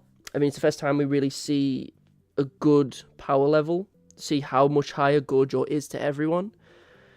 We see, like, you know, we see fucking Gojo teleport fucking Yuji to the battlefield inside a domain. We see him teleport. Like, it's a cool fight. We see just Gojo being whatever. Curse Naoya is like a truck going max speed. Not much to counter for that. Not even that. If you don't know, there's a channel called Mookie. He was in a couple of my videos before, right? And I remember talking to him about before, and he's just like, yo, fucking Naoya in his own domain didn't move. He didn't need to. Just imagine how fast he would be in his own domain. And I'm like, holy fuck. You're on to summit. And then he gets fucking backstabbed. He got trick stabbed. Fucked up. But anyway, Jogo vs Gojo, fun fight. Hanami comes to the rescue, survives an interaction with Gojo again. It's funny. I don't know what else to go through. How long have I been streaming for? Nearly 2 hours? Tight. Let's go the fight with Iso Kechizu versus Yuji and Nobara. Pardon me. I know they hit a black flash and it looks flashy, ironically enough, but I'm not a huge fan of the fight. I feel like Iso and Kechizu were severely underpowered for the fight. I feel like Iso and Kechizu were unfortunate. Maki definitely a spy man with the trick stab. Bro, she did a matador, she fucking, or whatever the fuck the name of the goofy trick stabs are. I was thinking about playing TF2 again today, to be honest. I was watching some fucking TF2 videos, like, I was sat there like, fuck. I need to whip out my fat fucking scout taunt again. Holy shit, 'cause I got fuck all, like, cosmetics. I've just got, like, some goofy taunts and shit. I've only got a few hats. Whatever. But yeah. I don't like the fight between Iso and Kechizu that much. It just, the characters feel significantly weaker than they should be. Like, they are Choso's brothers. They just feel like character devices for Choso to get stronger. Schlong. Shit, you right, dog. But, yeah, I feel like, despite the fact Iso and Kechizu are kind of dog shit characters, they don't really, like, they're very simple. They don't really have arcs or anything. They're, like, understandable characters. They're brothers. That's, like, their entire character. Their deaths are brought up more times than, like, Nanami, Todo, and Nobara. Their deaths are brought up more than them, because Choso will always, like, think back to them. He thinks back to them in the fight with Yuji. He thinks back to them in the fight with Kenjaku. Like, Choso's always thinking about his brothers, so we see them a lot more, and their deaths are brought up a lot more. It's a shame, because other deaths in the series aren't brought up that much. But it's even more of a shame, because that fight, Chronos only for Euro. Sorry, bruh. Too bad there's nowhere else to talk about Euro. Fuck you mean. But yeah. Who should we go to next? Mei versus Smallpox. I mean, where the fuck do I want to even put that? Like, it's above there. Probably there, to be honest. Simply due to the fact that I don't like the dynamic between Mei and Uiui. But Uiui has a simple domain, which is kind of huge that people forget about.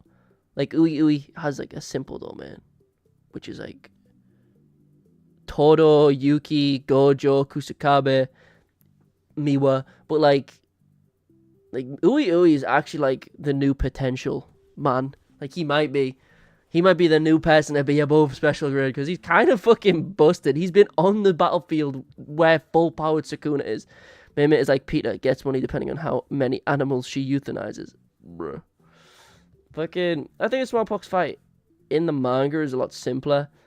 The fact that the whole anime has, like, before the OP even starts, you have, like, a full, like, 8-10 minute fight scene. Hakari vs Kashimo next. Fuck yeah, I'll talk about Hakari vs Kashimo.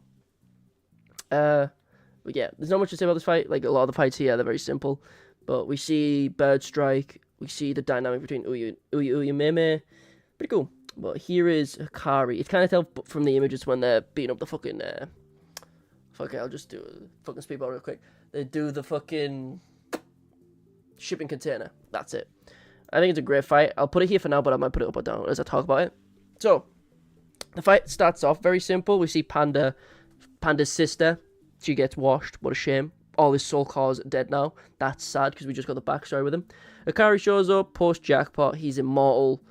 Gets his arm blown off, instantly punches fucking Kashimo. The weird thing is, in hindsight, Kashimo barely takes any damage in this fight at all. Like, his damage is negligible. He killed Hakari, like, a handful of times, but because of his, like, RCT, he keeps coming back. But Kashimo, like, killed him a bunch. Kashimo just took a couple punches to the... Like, he has a mild nosebleed by the end. For Hakari, he's missing a fucking arm. He had his stomach blown out a bunch. He had his face blown up. Like, he gets fucked. Kashimo's putting in fucking work. It's just hacks of the pachinko just coming through. There are problems with it. Like, you kind of feel like Kashimo sometimes, where I don't think Hakari's ability is the hardest thing in the world to understand, but it's very much like a hunter ability, where it's like, fuck, you gotta read so much to get it. But look, it's great. It's been animated by countless people. People love this fight, and for good fucking reason. But one thing though, Hakari's not dancing. He's just fucking posing. Like, he's beating you and then just dancing the fuck up. He's not actually dancing, but people, for some reason, put Brazilian funk. Aluminium, like, you've missed an I in there, bro. It's aluminium, not aluminum. You're fucking wrongin'. You've spelt it aluminum. There's an extra I in there. You're wrongin'. There's an extra I. Yes, I am from the great king's country of England, but what the fuck? Fucking aluminum. Jesus Christ. But I put it above probably like there. It's not the longest fight. It's like just the right length. It keeps going. We get a decent amount of exposition. We find out that domains can change coordinates, I think, from this fight, where we find that out. Doing it above the water, pretty cool. Electrolysis, fucking chlorine gas, explosion, great. It's the few times we got him to show up. I read 100 more words in like 2 pages in the last 5 Chainsaw Man chapters.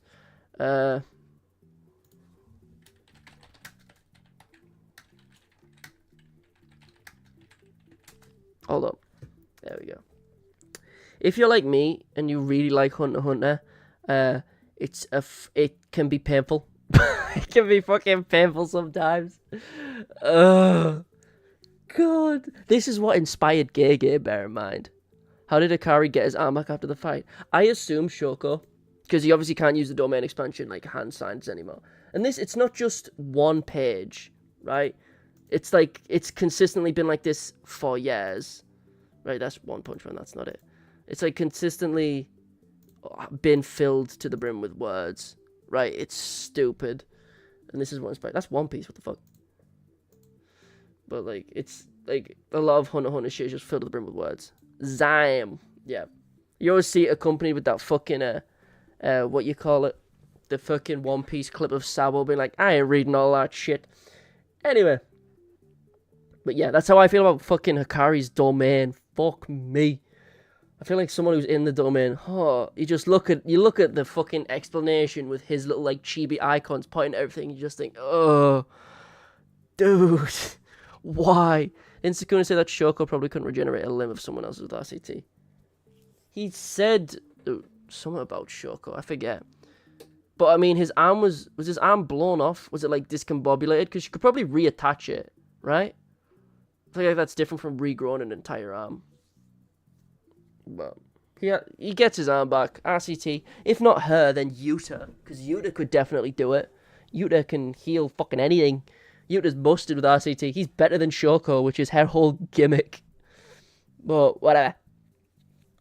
Who should we do next? Haruto vs. Nanami?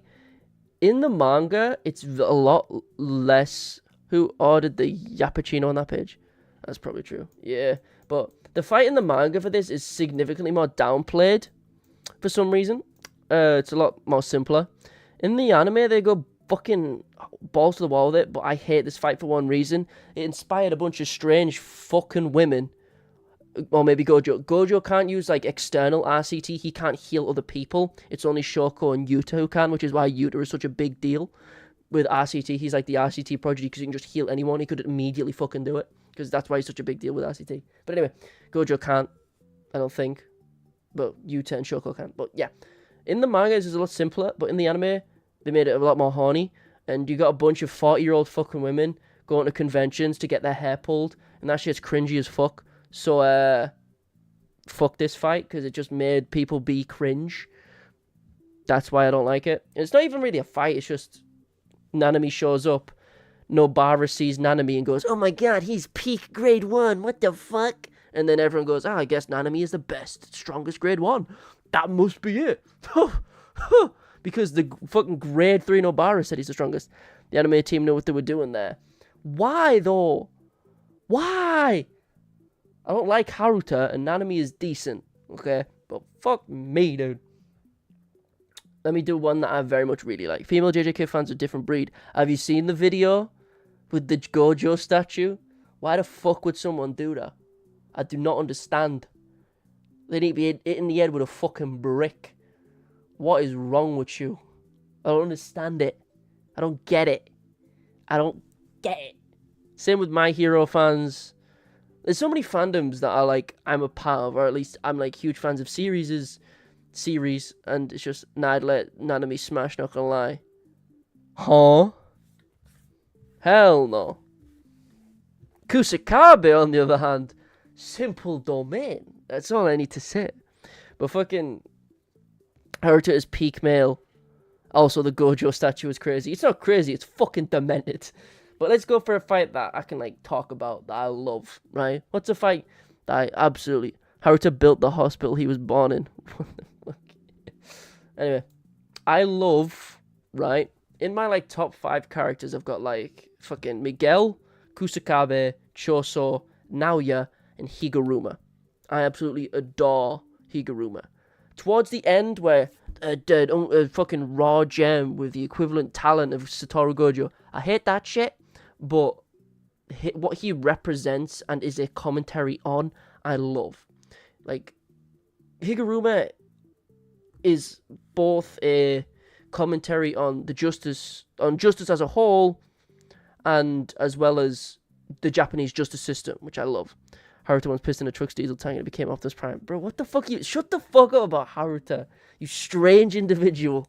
Anyway, I love Higuruma's, like, what he represents, because I'll just tell you a weird fact, right? Let me just Google something.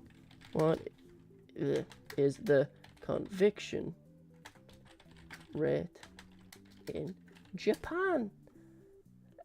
It's 99% plus. It doesn't fucking matter if you are innocent. You have been accused. You go to the fucking jail. You go to the Yakuza 3. You in fucking jail. You in jail. You go fucking... You gone. Done. Do you think Haruto can grip? Shut the fuck up, you weirdo. But in regards to Higuruma, I love, like, his flashbacks greatly encapsulate the fact that, you know, I'm trying to talk about something very intriguing to me that I'm very passionate about, and you're talking about if Haruto can gorilla grip like Goku. Can you shut the fuck up? Right. Basically, Higuruma's entire philosophy of him just trying to get someone who he knows is innocent free. 10 years out, the joint made you a fucking pussy. Anyway. I fucking love Yakuza. I mean, fucking look at me. I look like the average Yakuza fan. I'm jacked, handsome, like every Yakuza fan. Anyway, there's just Higuruma's domain is highly unique. The way he stated to have had a domain before a CT is very intriguing. Like, he summons Judge Man, and the way it acts like an actual trial is intriguing. Just the entire fight itself gives us a lot to discuss. Like, we see Yuji with Outcast Energy fighting Higuruma and still winning, which is ridiculous. The way that Higuruma just kind of lets him live. Haruto once got bit by a snake in 3 days. Are you doing fucking Chuck Norris jokes with Haruto? Are you for real? That's crazy. But, Haruto... Fuck, Higuruma! Fuck! When is the Kushisake vid dropping? I'm going to try and get it done this weekend, but family is visiting, so I'm going to try and grind it out. I might not have time to make, like, a little animation at the beginning, like I usually do in my videos, but it's going to be a short one anyway. Like, it's not going to be... It'll be like 10 minutes or shorter. It's not going to be super long. Judge Man being a completely neutral entity is really cool. Yeah, the fact that it is an actual courtroom, there is non-violence allowed. The guillotines that appear behind him, he is true, like, he is the embodiment of what he sees as justice. He is the justice system. He is judge, jury, executioner. And you can ask for a retrial. You can, like, it acts like a courtroom. And I love the fact that Kusakabe starts explaining his domain in front of him, as if Kusakabe knows more about the law, because his narration powers are that fucking strong. I love it. It's a great fight. Obviously above that. I'll put that there for the Kusakabe Uzumaki blocked in that. Yep, that's fine. I think this fight, I'm going to put it here just as I talk about it so you can just see it a bit more, but I'm not going to put it here. The start of the fight with True Power Sukuna, I think this includes the the showdown with Higuruma. Haruto once walked into an elevator after Russia. Shut the fuck up. You've looked up Chuck Norris jokes and just replaced Chuck Norris with Haruta. What the fuck are you doing? But, he's mentioned in one of my videos. Which one is Haruta mentioned in? Do you know? Anyway. Who do you think would win? Twerk oiled off. Higuruma or Haruta? Fucking, why would you pick Higuruma? What is wrong with you? He's just like an average man. He's just a dude in a suit. Anyway, Higuruma and Yuji, Kusakabe, Ino versus Sukuna. I think that image includes up to the point after, just around Higuruma's like death in quotation marks, because I don't know if he's dead. I like how this kind of caps off Higuruma's arc of forgiving himself for trying to kill Yuji. Like, he looks him in the eyes upon his death, which was his whole problem. He couldn't look Yuji in the eyes. But he was willing to after, like, he felt as if he rectified himself, which is cool. It looks great. We see Higuruma just kind of force out RCT. It's gonna go, ooh, if you don't learn RCT, yeah, you're gonna die. So he's gonna die. What's the worst fight here? Maid versus Bagman. Who is more tired, depressed, Nanami or Higuruma? Nanami is kind of understanding. Cronus, Haruta throws out his bag, but Miracle Technique heals him. He's unrivaled in that regard. Right, shut the fuck up, you strange individual. Got some stuff here. I think I'll put it like here. I think it's a very enjoyable fight.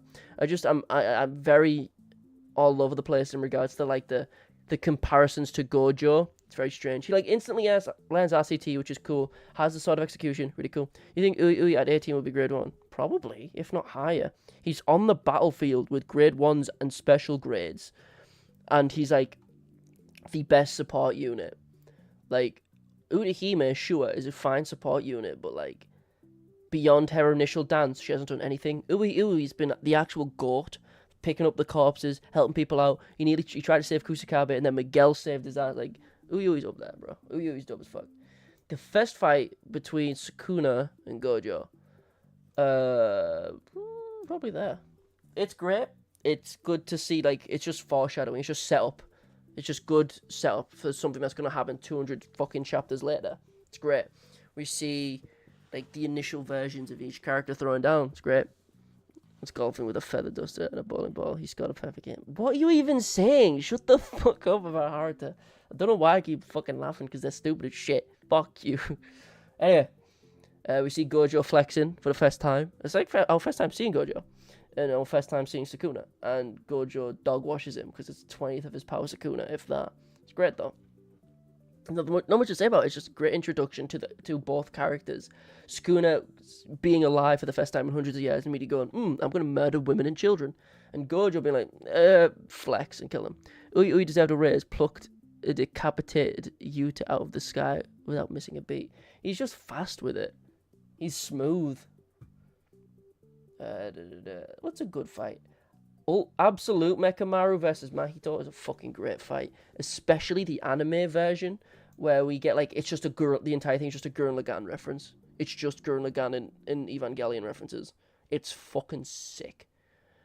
Mechamaru being able to Meme X Ui is the best ship. Shut the fuck up. Did you know that in the most recent character poll, Naoya was 6th and Maki was 9th, which means she was 3 places behind Naoya. 3 steps behind, just like he always says. Hold up. Popularity poll. And look, there's Naoya at number 6 and Maki at number 9. That's so like, look at that. I'm like, number 6 for Naoya, number 9 for Maki. She's literally 3 steps behind him. That's crazy. Like, I don't get Japan. Why is Megumi number 1? Yuji, sure, main character. Gojo, sure, he's obviously going to be the top 3. It's just so strange to see. Toji at 11. Sukuna at 12. Like, what is this? Higuruma shared 20th with fucking Todo. That's crazy. Kashimo beat Hakari at something. Mai is 17. Think about how strange this is. Kamo and Mai, Utahime and Panda are above Kashimo, Hakari, Higuruma, and Todo, which would be the exact opposite of the rest of the world, which is crazy. The only guy who likes minors is top 6. No, Meme is... I don't know why Meme is. She's not in top 30. What are you talking about? Anyway. What was I talking about? Let's fucking... Hazunoki versus Megumi. It's a nothing fight. It's like... It's above inverse. It's more intriguing. But, you know. Toji versus Megumi. I enjoy because we get the funny rabbit shit. We get Toji stabbed himself in the face. In the anime, it's mainly the anime version. Yet again, in the manga, it's a lot simpler and underplayed. But they just go balls to the wall with it in the anime, and it looks fucking fantastic. Like Toji just one-handing him, just fucking, and Megumi's just fucked and can't do anything. It's great. I love it. Pardon me. Yeah, again, not much to say. The anime version looks fantastic. The manga version's a bit simpler, but it's great. I'm trying to speed these up because it's already been like fucking 2 hours. Gojo versus Sukuna and Shinjuku. Probably like there. I don't know why this is number 1 for me. I don't think it is. I think I just put it there. I'll put that there for now. Right. It's like 10 chapters and it's all fight. What's my favorite fight in all of anime?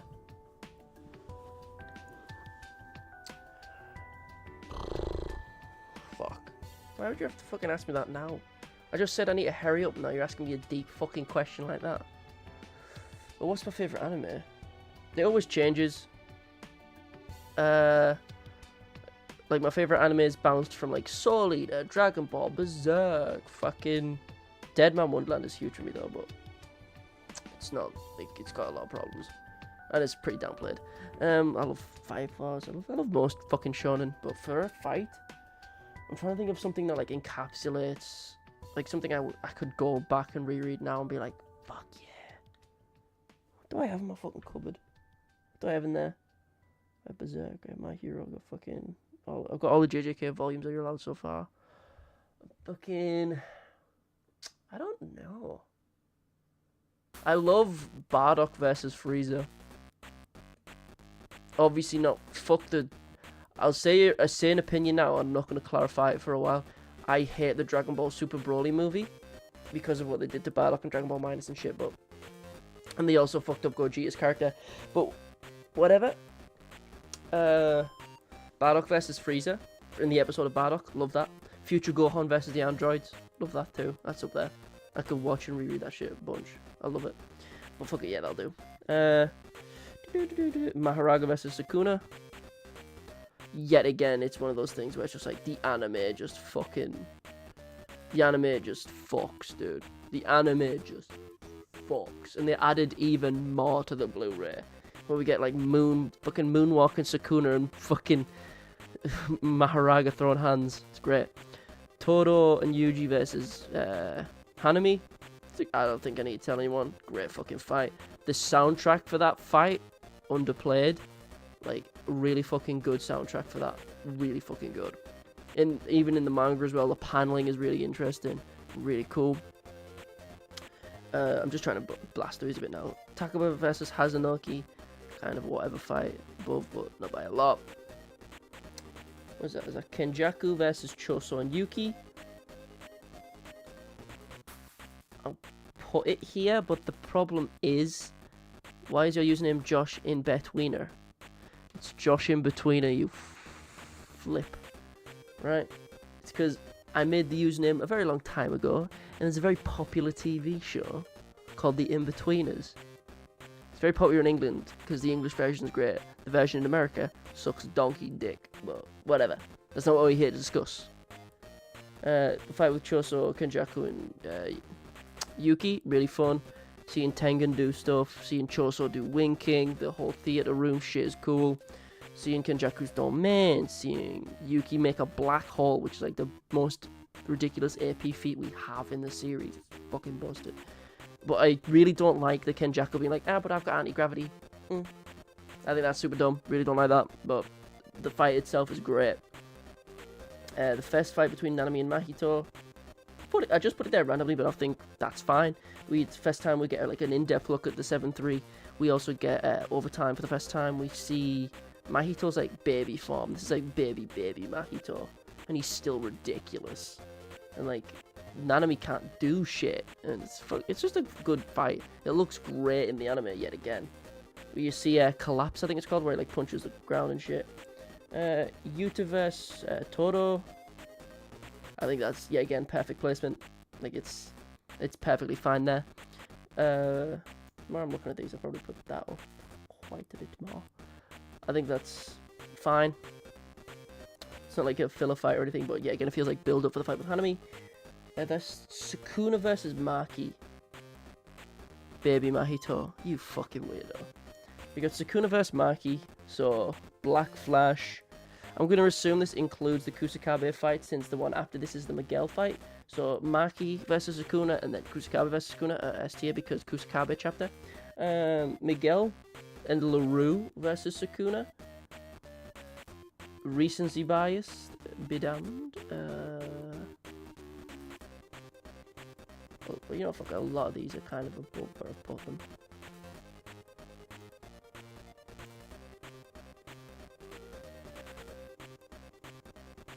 Miguel, probably put you like there, because the fight's not really done yet. Miguel's still on the battlefield, so I don't think it's fair to be put anywhere else.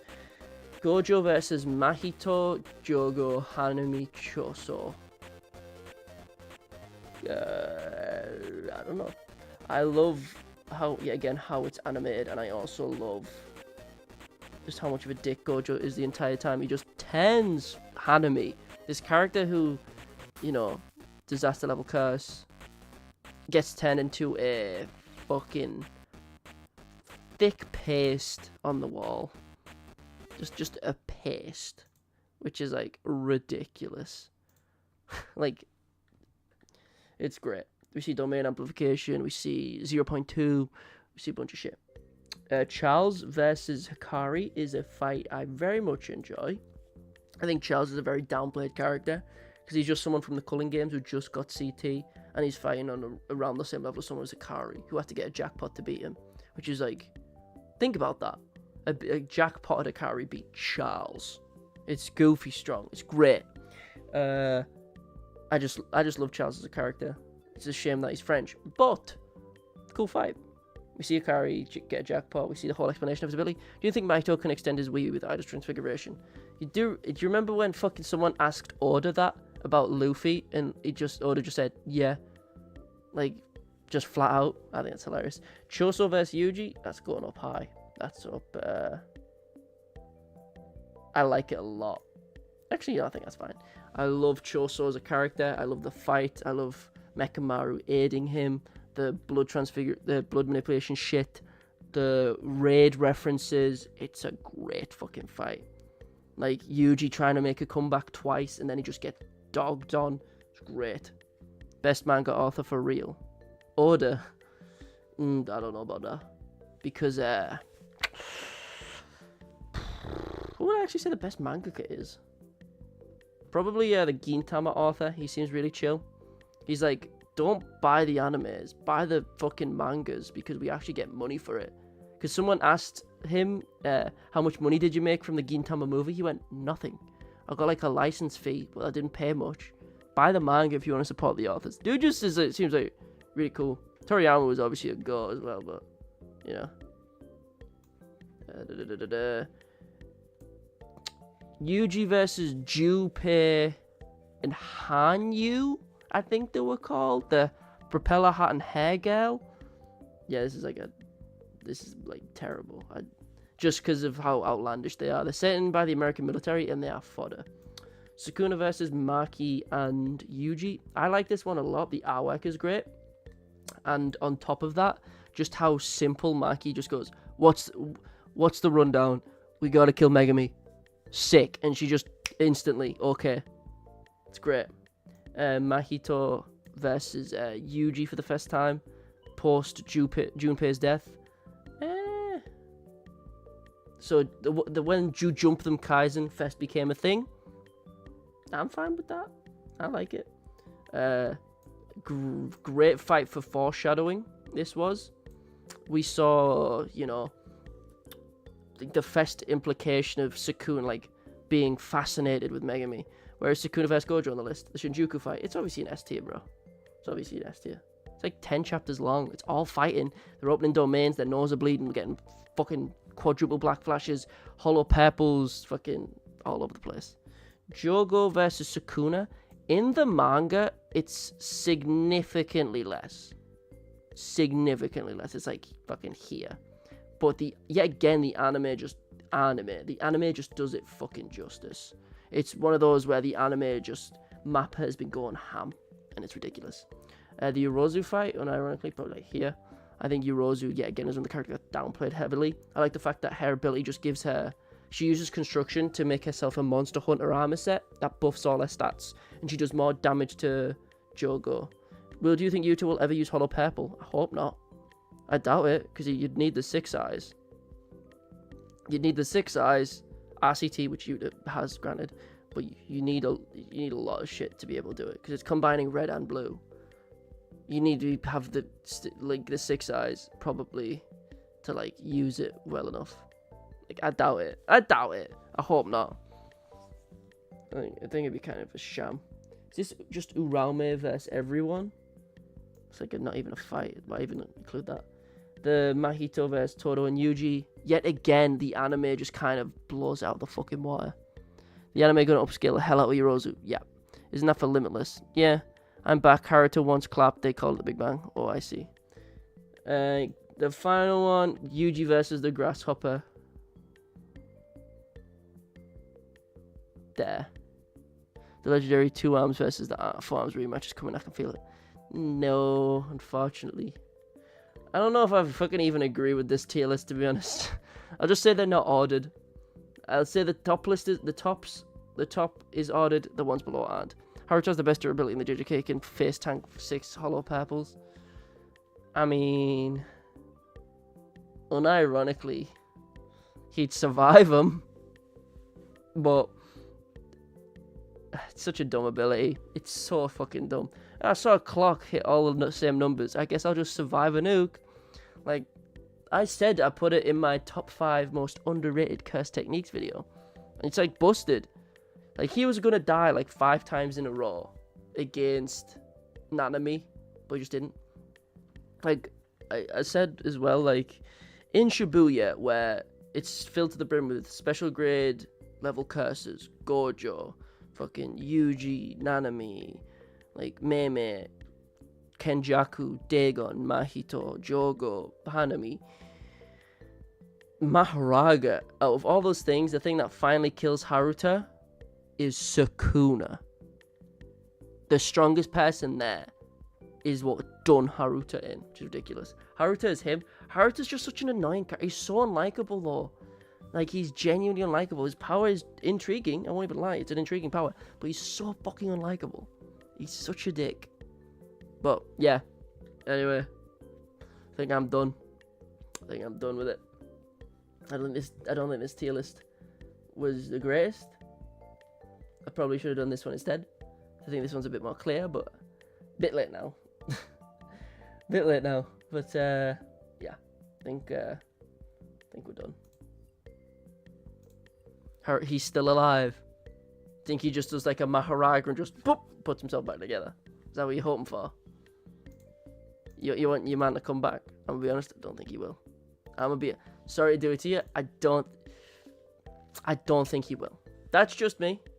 Enough lobotomy for one night. I love little shit gremlins like Haruto. He's just a dick, bro. I don't get it. But yeah.